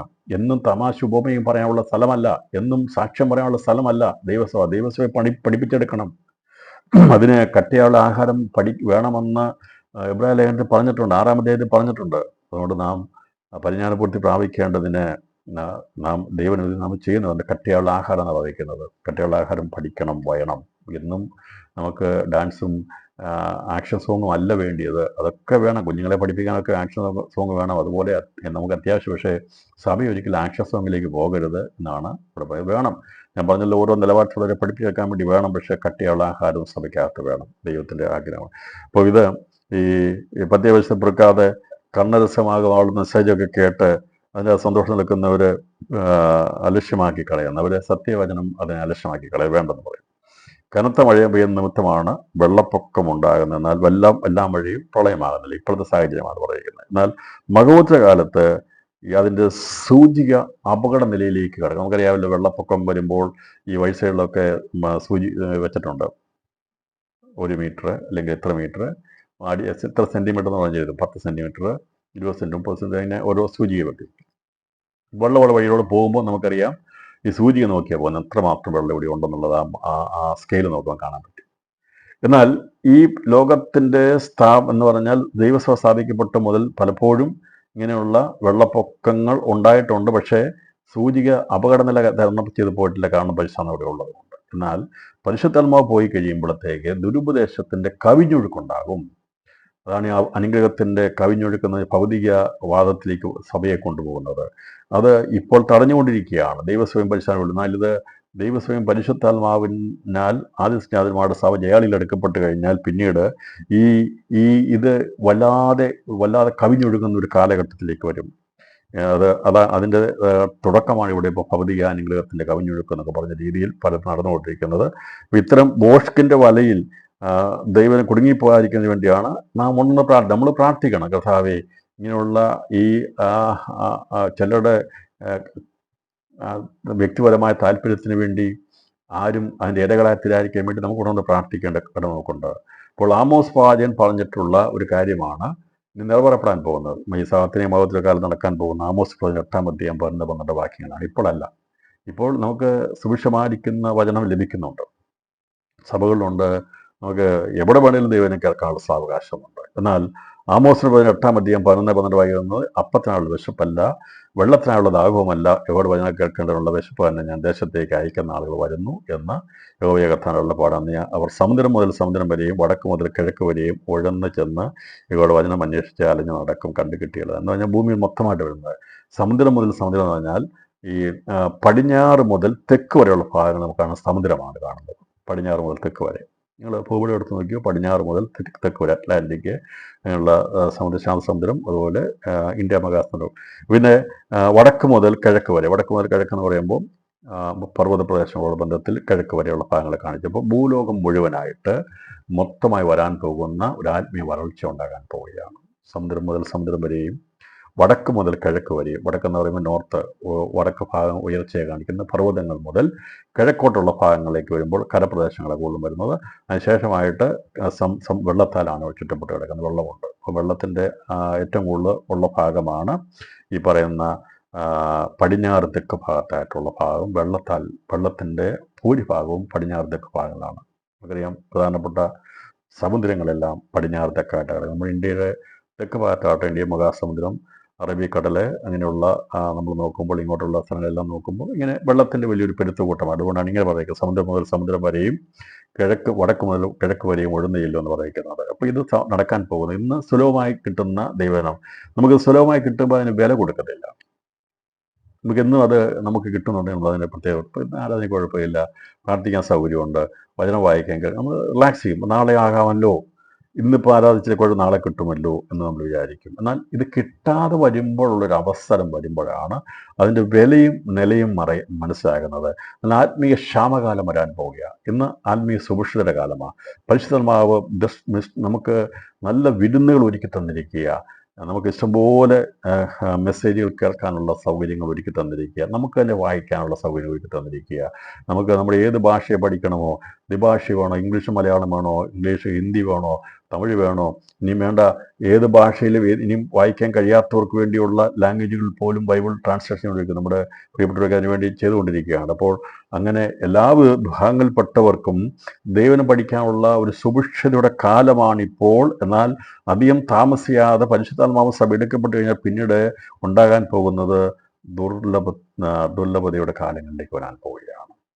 ഇന്ന് സുലഭമായി ലഭിക്കുന്ന തിരുവസത്തെ അനേകർ അതിനെ നമ്മൾ മൂല്യമാക്കിയാണ് നമ്മൾ അവഗണിച്ച് കളയും. നമുക്ക് വെള്ളത്തെക്കുറിച്ചറിയാം. വെള്ളം നമുക്ക് ഇഷ്ടം പോലെ ഉണ്ടെങ്കിൽ നമ്മൾ പൈപ്പൊക്കെ ഓൺ ചെയ്തിട്ട് വെള്ളം നമ്മൾ ഉപയോഗിക്കും, പോയാലും കുഴപ്പമില്ല.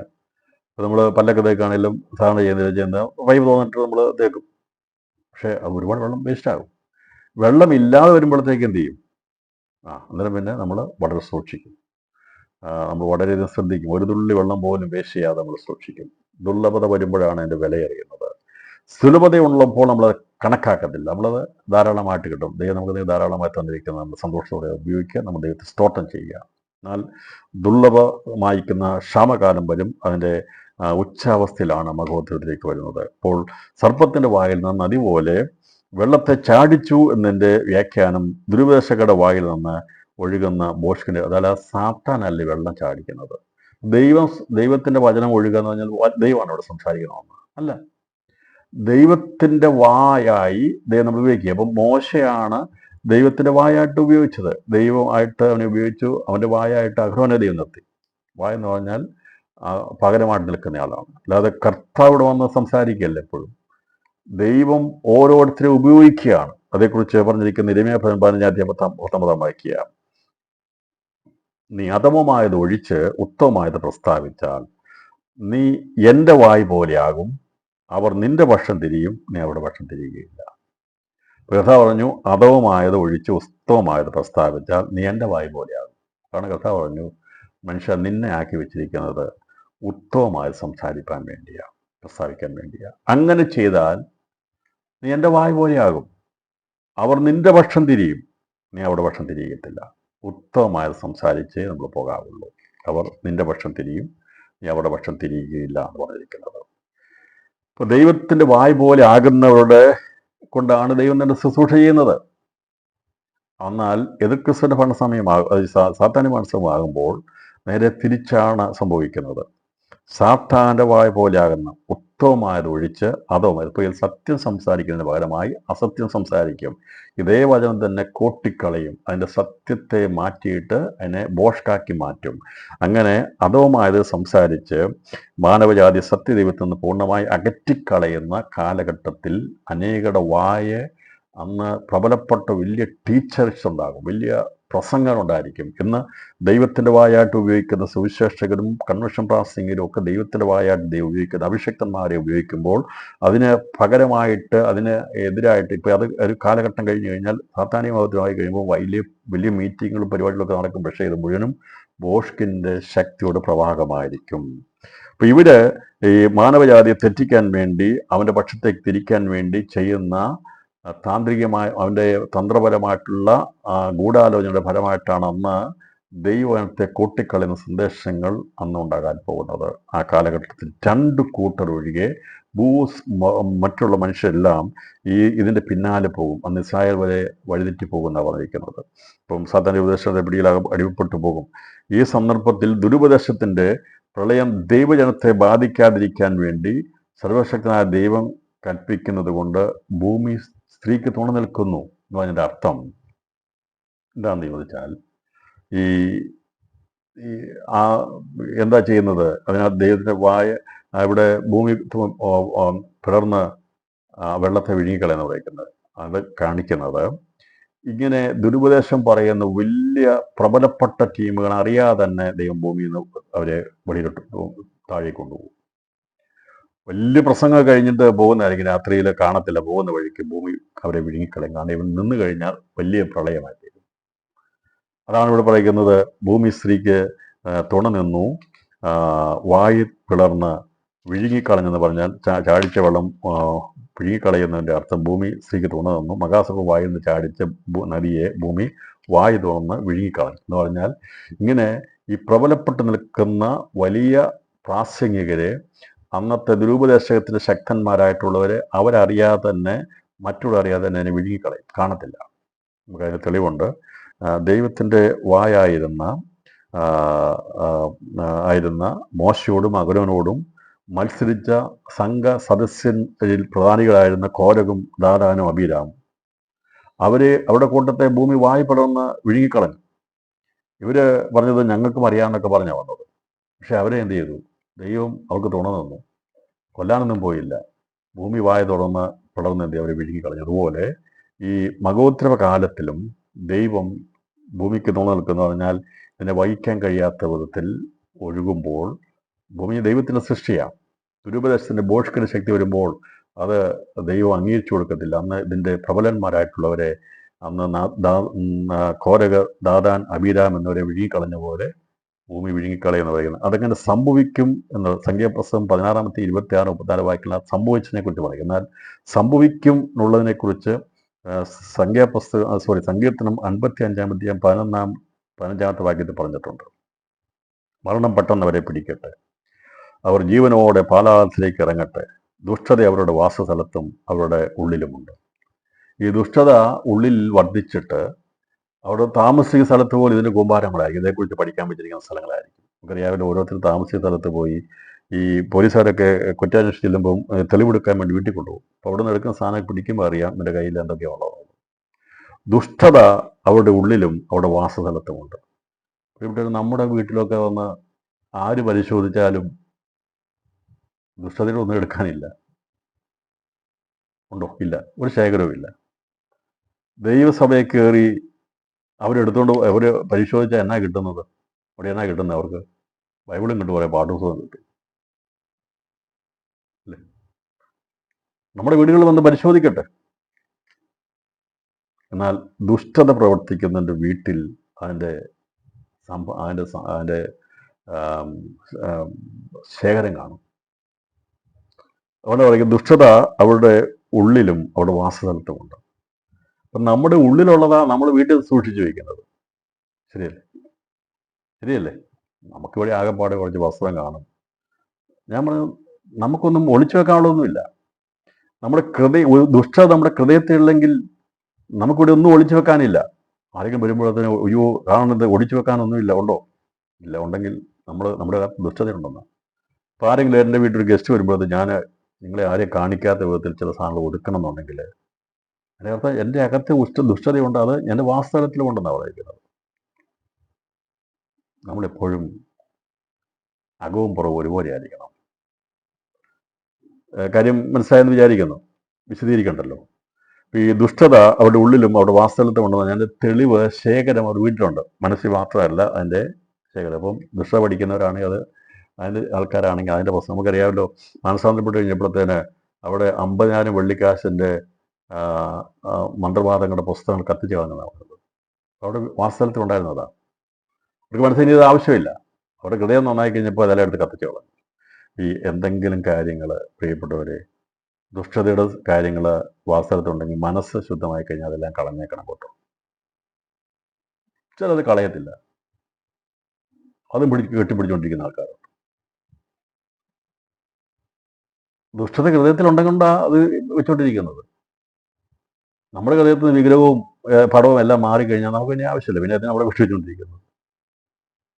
ശരിയായിട്ടുള്ള മാനസാന്തരം വാസസ്ഥലത്തും വെളിപ്പെടും. ശരിയായ ഒരു മാനസാന്തരപ്പെട്ടവൻ്റെ വീട്ടിൽ അത് വെളിപ്പെടുമെന്ന്. വാസസ്ഥലത്തും ദുഷ്ടത കാണത്തില്ല. ഉള്ളിൽ ദുഷ്ടതയുണ്ടെങ്കിൽ അതിൻ്റെ ശേഖരം വീട്ടിലും കാണും. കർത്താവ് വന്നിട്ട് ഇവിടുന്ന് പോയി കഴിഞ്ഞാൽ, നമ്മളിവിടുന്ന് പോയി കഴിയുമ്പോൾ നമ്മുടെ വീടൊക്കെ ഇവിടെ കിടക്കുമ്പോൾ ഏതാൾക്കാർ കയറി നോക്കുമല്ലോ. നോക്കത്തില്ലേ? നോക്കും. ഞാൻ ചോദിക്കട്ടെ, രാത്രി നമ്മുടെ വാസസ്ഥലത്തുനിന്ന് എന്തെടുക്കാൻ പറ്റും? നമ്മൾ താമസിക്കുന്ന മുറിയിൽ നിന്ന് എന്തെടുക്കാൻ പറ്റുമോ അവർക്ക്? ദുഷ്ടതയുടെ ഉള്ളിലും വാസസ്ഥലത്തുമുണ്ട്. അപ്പം ഇങ്ങനെയുള്ള ആൾക്കാരെ ഭൂമി വിഴുങ്ങിക്കളയുന്ന പറയുന്നത്. സംഭവിക്കത്തില്ലേ? കർത്താവ് വരുമ്പോൾ നമ്മൾ എടുക്കപ്പെടത്തില്ല, എടുക്കപ്പെടും. ഇവിടെ ശേഷിക്കുന്ന എന്താ? നമ്മൾ താമസിച്ച വീടും കൂടും ഒക്കെയാ. സ്തോത്രം. മറ്റുള്ളതെല്ലാം നോക്കി കഴിയുമ്പോഴത്തേന് ഇവർ നോക്കിയിടാ, ഈ എടുക്കപ്പെടുന്നതിൻ്റെ വീട്ടിലൊന്നും കാണത്തില്ല. എടുക്കപ്പെടുന്നതിൻ്റെ വീട്ടിൽ അങ്ങനെയുള്ള മറ്റുള്ളവർക്ക് ആശയം പറയുന്ന ഒന്നും കാണത്തില്ല. കുപ്പിയും കാണത്തില്ല, ഒന്നും കാണത്തില്ല. അവൻ്റെ ജീവിതത്തിന് ആവശ്യമായിട്ടുള്ള കാണും. ഞാൻ പറഞ്ഞല്ലോ, ഒരു മനുഷ്യന് ആവശ്യമായതൊക്കെ നമ്മുടെ വീട്ടിൽ കാണും. ഒരു മനുഷ്യന് ആവശ്യമില്ലാത്ത കാര്യങ്ങളൊന്നും നമ്മുടെ ഭവനത്തെ വാസസ്ഥലത്തെ കാണുന്ന അതിനെയാണ് വാസസ്ഥലത്ത് ദുഷ്ടതയില്ല എന്ന് പറയുന്നത്. വാസസ്ഥലം അനുഗ്രഹിക്കപ്പെടുക, നീതിമാന്റെ വാസസ്ഥലം അനുഗ്രഹിക്കപ്പെട്ടതായിരിക്കും. ഞാൻ പറഞ്ഞല്ലോ, ഇത് എല്ലാവർക്കും ആപ്ലിക്കബിളല്ല. നിങ്ങൾ ഒരിക്കലും ഒറ്റയ്ക്ക് അവിശ്വാസം ഉണ്ടെങ്കിൽ ഇതിന് ഞാൻ പറയുന്നത് നിങ്ങളതിൽ നിന്ന് ഒഴിവുള്ളവരാണ്. നമുക്കത് ചെയ്യാൻ പറ്റത്തില്ല. നമ്മൾ ഒറ്റയ്ക്ക് വരുമ്പോൾ നമുക്ക് ആരെയും ആക്ഷേപിക്കാനോ അവരുടെ വിശ്വാസത്തെ നമ്മൾ ഖണ്ഡിക്കാനോ ഒന്നും പോകരുത്. നമ്മൾ അവിടെ ഒതുക്കി കൊടുക്കുകയാണ്. നമുക്കത് വേണ്ട. അല്ലാതെ നമ്മളവിടെ കടുംപിടുത്തം പിടിച്ചൊന്നും ചെയ്യേണ്ട ആവശ്യമില്ല. നിങ്ങൾക്ക് ചെയ്യാൻ പറ്റുന്ന മേഖലകളാണെങ്കിൽ അത് നിങ്ങൾ ചെയ്യുക. ഞാൻ ഉദാഹരണം പറഞ്ഞതേ ഉള്ളൂ. വിശ്വാസം വന്നുകൊണ്ട് മറ്റുള്ള വിശ്വാസം അല്ലെങ്കിൽ നമ്മളതിനകത്ത് ഒതുങ്ങിക്കഴിയുക. എല്ലാവരും വിശ്വാസത്തിലാണെങ്കിൽ നമുക്ക് അതിൻ്റെ ആവശ്യമില്ലല്ലോ എന്നുള്ളതാണ് ഞാൻ പറഞ്ഞതിൻ്റെ സാധാരം. ഇപ്പം ദുഷ്ടത അവരുടെ ഉള്ളിലും അവരുടെ വാസസ്ഥലത്തുമുണ്ട്. ഇപ്പം ഞാൻ സഞ്ചരിക്കുമ്പോൾ എൻ്റെ കൂടെ പോകുന്നത്, ഞാൻ കൊണ്ടുപോകുന്നത് എനിക്ക് ആവശ്യമുള്ള, ഞാനൊരു വീട്ടിൽ വെച്ചുകൊണ്ടിരിക്കുന്നത് എനിക്ക് ആവശ്യമുള്ളതാണ് ഞാൻ വെച്ചുകൊണ്ടിരിക്കുന്നത്. എനിക്ക് ആവശ്യമില്ലാത്ത എനിക്ക് വേണ്ട. ഇന്ന് രാത്രിയിൽ സന്ദേശം മനസ്സിലായതുകൊണ്ട് ഇങ്ങനെ ഇതിന് ശേഖരം വെച്ചുകൊണ്ട് ദുരുപദേശം പഠിപ്പിക്കുന്നവരെ അവരുടെ ശേഖരങ്ങളോടുകൂടി അവരെ വിഴുങ്ങിക്കളഞ്ഞോളും. അത് ഭൂമി തുണന്നോളും. അല്ലാതെ അവിടെ നിന്നും ആർക്കൊന്നും ചെയ്യാൻ കഴിയത്തില്ല എന്നാണ് ഇവിടെ പറഞ്ഞിരിക്കുന്നത്. ഇതാണ് എൻ്റെ ആത്മീയ മർമ്മമായിട്ടിരിക്കുന്നത്. എൻ്റെ 12-ാം അധ്യായം 17-18 വാക്യങ്ങൾ വായിച്ച് ഞാൻ ഈ 12-ാം അധ്യായത്തിൻ്റെ വിരാമം കുറിക്കാം. മഹാസർപ്പം സ്ത്രീയോട് കോപിച്ചു. ദൈവകൽപ്പന പ്രമാണിക്കുന്നവരും യേശുവിൽ സാക്ഷ്യമുള്ളവരുമായി അവളുടെ സന്ദേശം ശേഷിപ്പോട് യുദ്ധം ചെയ്യുവാൻ പുറപ്പെട്ടു. അവൻ കടൽപ്പുറത്തെ മണലിന്മേൽ നിന്നു.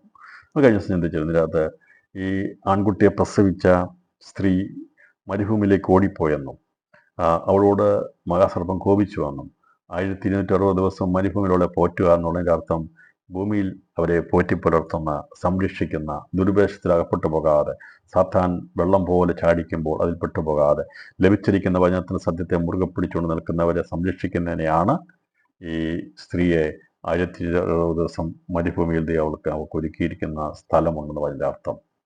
ഇതിനകത്തേക്ക് ഈ വെള്ളം വരത്തില്ല. ഈ ഭൂമിയിൽ തന്നെയാണുള്ളത്.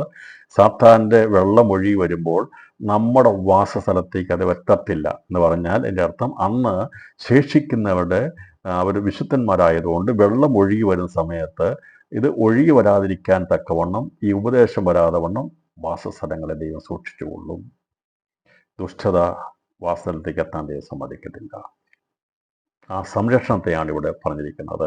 അപ്പോൾ ഈ ഇതിനെ അന്ന് ചാടിക്കുന്ന ഇതൊക്കെ വരുമ്പോഴും പിടിച്ചു നിൽക്കുന്നവരെ കാണുമ്പോൾ, ഒഴുകി പോകാത്തതിനെ കാണുമ്പോൾ, ദുഷ്ടതിനോട് കൂടാതിരിക്കുന്ന കാണുമ്പോൾ അവരോട് യുദ്ധം ചെയ്യാൻ വേണ്ടി കടൽപ്പുറത്തെ മണലിന്മേൽ നിൽക്കുന്നു. പറഞ്ഞാൽ ദൈവനെ പ്രമാണിക്കുന്ന യേശു സാക്ഷിയുള്ളവരുമായി അവരുടെ സന്ദേശേഷയോട് യുദ്ധം ചെയ്യുവാൻ പുറപ്പെട്ട് കടൽപ്പുറത്തെ മണലിന്മേൽ നിന്നു.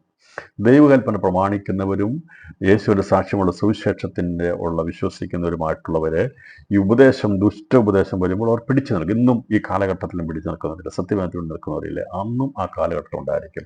ഇവരെ ഒഴുക്കിക്കളയാൻ കഴിയത്തില്ല. ആ ദൈവത്തിന് സംരക്ഷണം ഉള്ളത് കൊണ്ടാണ്. ഇവരെയാണ് ഇവിടെ അതുകൊണ്ടാണ് 2 കൂട്ടരെ പറഞ്ഞിരിക്കുന്നത്. ദൈവകൽപ്പന പ്രമാണിക്കുന്നവർ എന്നുള്ളത് പഴയ നിയമത്തിൻ്റെ സാക്ഷ്യമുള്ളവരാണ്. അവർ നമുക്കറിയാം, പഴയ നിയമത്തിൽ ഇസ്രായേൽ മാത്രമല്ല, അബ്രഹാമിനെ പോലെയോ യോബിനെ പോലെയൊക്കെ ജീവിച്ച ആരെങ്കിലും ഉണ്ടെങ്കിൽ, എനിക്കറിയത്തില്ല, അങ്ങനെ ആരെങ്കിലും ഉണ്ടെങ്കിൽ അവരെ ദൈവം ആ കാലഘട്ടങ്ങളിൽ സംരക്ഷിക്കും. ഇസ്രായേലിനെ നിന്നുള്ളവരെ ആ നിലപാടുള്ള ദൈവം സംരക്ഷിക്കും. സുവിശേഷമുള്ളവരെ ദൈവം സംരക്ഷിക്കും.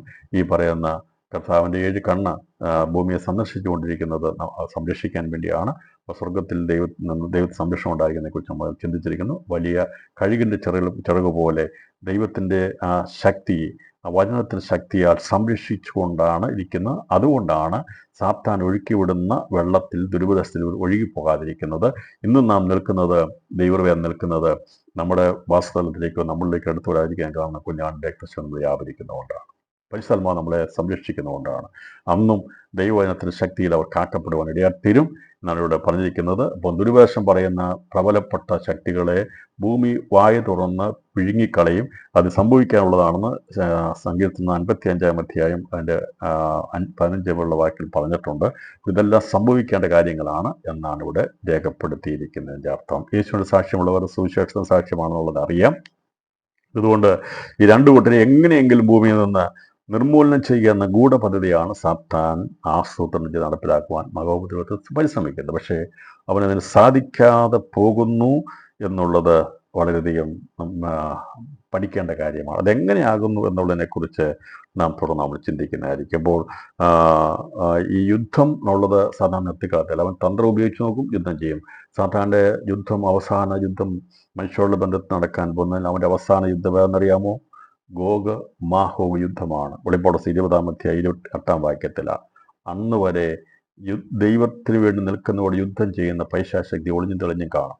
1000 ആണ്ട് വാഴ്ച ഇവിടെ കാണത്തില്ല എങ്കിലും അവൻ്റെ ദൂതന്മാരും ഭൂതാത്മാക്കളും ഭൂമി കാണും. ഞാൻ പറഞ്ഞത് ഈ യുദ്ധം തീർന്നു പോകത്തില്ല. മധ്യാകാശ യുദ്ധം കഴിഞ്ഞു കഴിഞ്ഞാൽ പിന്നീട് യുദ്ധം നടക്കാൻ പോകുന്നത് സാത്താൻ യുദ്ധം ചെയ്യുന്നത്. അവൻ പല വിധത്തിലാണ് യുദ്ധം ചെയ്യുന്നത്. ഏതെങ്കിലും വിധത്തിൽ ഇല്ലാതാക്കി കളയാൻ വേണ്ടി, നിർമൂലമാക്കാൻ വേണ്ടി ദുരുപദേശത്തെ അഴിച്ചുവിടും.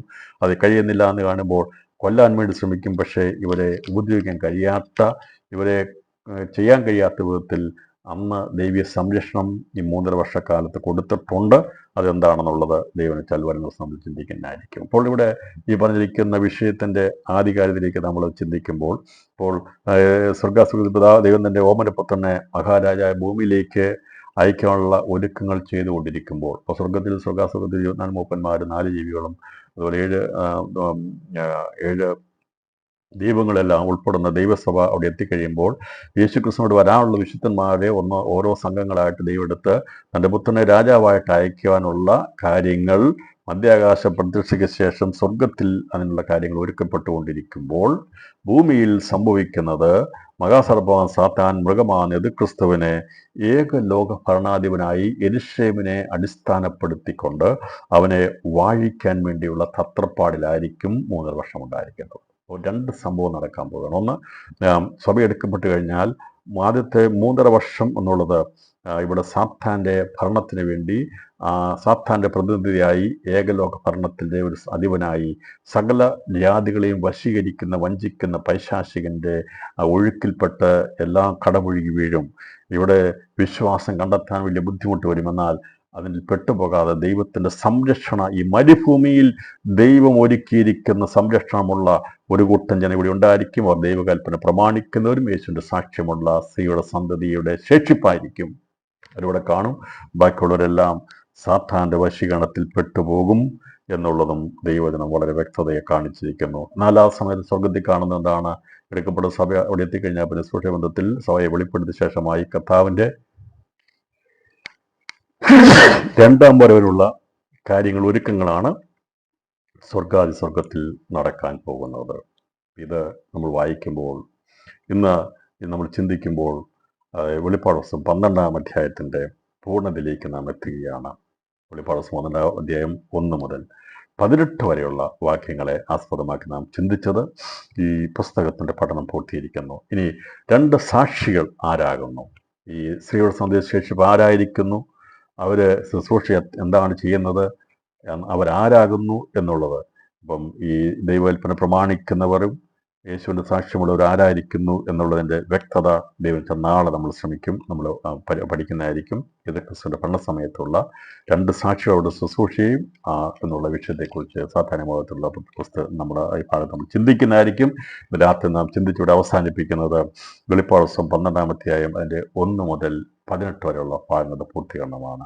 1 മുതൽ നമ്മൾ വായിച്ചു വന്ന 12-ാം അധ്യായം 1 മുതൽ അതിൻ്റെ 12 വരെയുള്ള വാക്യങ്ങളെക്കുറിച്ച് നാം മധ്യാകാശ പ്രത്യക്ഷയുള്ള ബന്ധത്തിൽ നമ്മൾ പഠിച്ചിരുന്നു.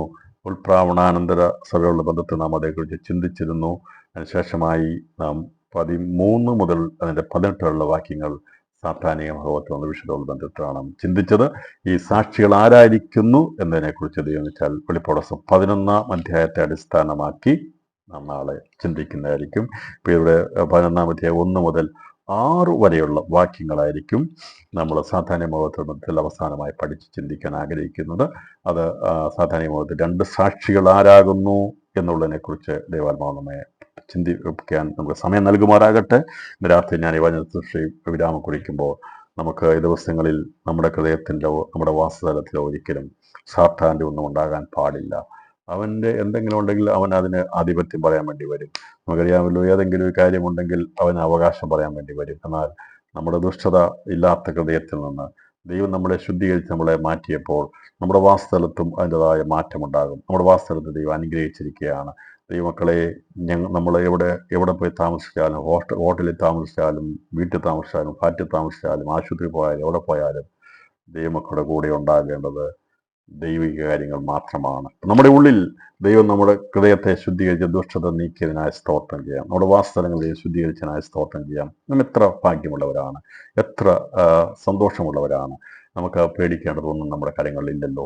അങ്ങനെ ദൈവത്തിന് സ്തോത്രം ചെയ്യാം. നമുക്ക് ആരെയും മറച്ചു വെക്കേണ്ടതായിട്ടുണ്ടോ? ഒന്നുമില്ല. ഇത് രാത്രിയിൽ ഈ വചനം ശുശ്രൂഷ നാം അവസാനിപ്പിക്കുമ്പോൾ അതേ കർത്താവ് നമ്മളെ സംരക്ഷിക്കുന്നു. കർത്താവിൻ്റെ സംരക്ഷണം പരിശുദ്ധാത്മാവിനാൽ നാം കാക്കപ്പെടുകയാണ്. യേശു കർത്താവിൻ്റെ വരവ് സംഭവിക്കുകയാണെങ്കിൽ നാം തികവാർന്നവരായി, അതേ ജയാളികളായി, നാം മരണത്തെ ജയിച്ചുയർത്തേറ്റ് പാതാളത്തെയും മരണത്തെയും ക്രിസ്തുവിൻ്റെ ആത്മാവിനാൽ അതെ മരണത്തെ വെല്ലുവിളിച്ചുകൊണ്ട് ഒരു കൂട്ടർ പുനരുത്ഥാനം പ്രാപിക്കുമ്പോൾ മരണത്തിലൂടെ കടന്നു പോകാതെ അതിൻ്റെ വിഷമുള്ളേൽക്കാതെ ഒരു കൂട്ടം ജനം ഹേ മരണമേ നിന്റെ ജയമെവിടെ, ഹേ മരണമേ നിന്റെ വിഷമുള്ളെവിടെ എന്ന് ആർത്തഘോഷിച്ചുകൊണ്ട് ആത്മാവിൽ ഘോഷിക്കുന്ന ശബ്ദം അവന് കേൾക്കാൻ സാധിക്കും. ലോകം കേൾക്കത്തില്ല. എന്നാൽ ദൈവജനം ഇവിടുന്ന് രൂപാന്തരം പ്രാപിക്കുമ്പോൾ അന്ന് പുറപ്പെടുവിക്കുന്ന ശബ്ദമുണ്ട്, ഹേ മരണമേ നിന്റെ ജയമെവിടെ, ഹേ മരണമേ നിന്റെ വിഷമുള്ള എവിടെ എന്നുള്ള ആ വലിയ ശബ്ദം അത് മറ്റാർക്കും കേൾക്കാൻ കഴിയത്തില്ല. എന്നാൽ ആത്മാവിൽ നാം ഒരുമിച്ച് ജയഘോഷം പ്രാപിച്ചു പോകുന്നത് സാത്താനിക മണ്ഡലങ്ങളെ തകർത്തുകൊണ്ട് കരയേറും. അപ്പോഴാണ് സാത്താൻ മനസ്സിലാകുന്നത് പുനരുത്ഥാനം നടന്നു എന്നുള്ളത്. ആൺകുട്ടിയെ പ്രസവിക്കാനുള്ള സ്ത്രീ പ്രസവിച്ചെന്നുള്ളത് ഈ ശബ്ദം കേൾക്കുമ്പോൾ അവനത് കേൾക്കാൻ കഴിയും. പക്ഷേ ലോകത്തുള്ള മറ്റാർക്കും കേൾക്കാൻ കഴിയത്തില്ല. അതുകൊണ്ട് ഈ ദിവസങ്ങളിൽ നമുക്ക് ആ വചനം നമ്മുടെ ഉള്ളിൽ വെക്കാം. ഹേ മരണമേ നിന്റെ ജയം എവിടെ, ഹേ മരണമേ നിന്റെ വിഷമുള്ളെവിടെ എന്ന് ചോദിക്കുമ്പോൾ നമുക്ക് ജയം തന്ന യേശു ക്രിസ്തുവിൻ്റെ പ്രമാണത്തിനായി സ്തോത്രം ചെയ്യാം. കുഞ്ഞാടിൻ്റെ രക്തത്തിൻ്റെ ശക്തിക്കായി സ്തോത്രം ചെയ്യാം. നാം വെല്ലുവിളിച്ച് അവനെ പരാജയപ്പെടുത്തി നാം ഈ ലോകത്തിൽ നിന്ന് കരകയറപ്പെടുവാനുള്ളവരാണ് പ്രിയപ്പെട്ടവരെ. അതുകൊണ്ട് നാം ദിവസങ്ങളിൽ മറ്റുള്ളവരോട് നാം മത്സരിക്കുന്നവരായിട്ടല്ല. നമ്മുടെ ഹൃദയത്തിനകത്ത് എപ്പോഴും നാം സംഭരിച്ചു വെക്കേണ്ടത് ഹേ മരണമേ നിന്റെ ജയം എവിടെ, ഹേ മരണമേ നിന്റെ വിഷമുള്ളെവിടെ എന്ന് പറഞ്ഞുകൊണ്ട് നമുക്ക് ദിവസങ്ങളിൽ പാപത്തിൻ്റെ ശക്തിയോ ന്യായപ്രമാണം നമ്മുടെ കർത്താവായ യേശു ക്രിസ്തു മുഖാന്തരം നമുക്ക് ജയം നൽകുന്ന ദൈവത്തിന് സ്തോത്രം ചെയ്യുവാൻ തക്കവണ്ണം ദിവസങ്ങൾ കർത്താവിൻ്റെ വേലയിൽ വർദ്ധിച്ചു വരുവാൻ, പ്രാർത്ഥനയിലും വചനത്തിലും ഉപവാസത്തിലും ദൈവിക കാര്യങ്ങളിലും വർദ്ധിച്ചു വരുവാൻ നമുക്ക് ദിവസങ്ങളിൽ നമ്മുടെ ഹൃദയത്തെ ദൈവത്തിന് സമർപ്പിക്കാം. നമ്മുടെ ഹൃദയത്തിൻ്റെ അകത്ത് ദൈവം തന്നിരിക്കുന്ന ജയത്തിനായി സ്തോത്രം ചെയ്യാം. ഹേ മരണമേ നിന്റെ ജയം എവിടെ, ഹേ മരണമേ നിന്റെ വിഷമുള്ള എവിടെ. മരണത്തിൻ്റെ വിഷമുള്ളനെ ദൈവം അത് പാവമാണെങ്കിൽ അത് കടിയേൽക്കാതെ അതിൽ ദൈവം നമ്മളെ രക്ഷിച്ചതിനായി സ്തോത്രം ചെയ്യാം. ഈ ദേവത്വമുള്ള ഉത്തരത്തെയും ഈ മർത്യത്തെയും ധരിക്കുമ്പോൾ മരണം നീങ്ങി ജയം വന്നിരിക്കുന്നു എന്ന് എഴുതിയ വചനം നിവൃത്തിയാകും. രാത്രിയിൽ മരണം നീങ്ങി ജയം വന്നിരിക്കുന്നു, ജയാളികൾ ജയം പ്രാപിച്ച് സ്വർഗാസുഖത്തിലേക്ക് എടുക്കപ്പെടും എന്നുള്ള സന്ദേശം കൈമാറിക്കൊണ്ട് ഞാൻ ദൂതന് വിനാപ്പെടുന്നു. ദൈവമായ കർത്താവ് നമ്മെ ഏവരെയും ധാരാളമായി അനുഗ്രഹിക്കുമാറാകട്ടെ. Thank you.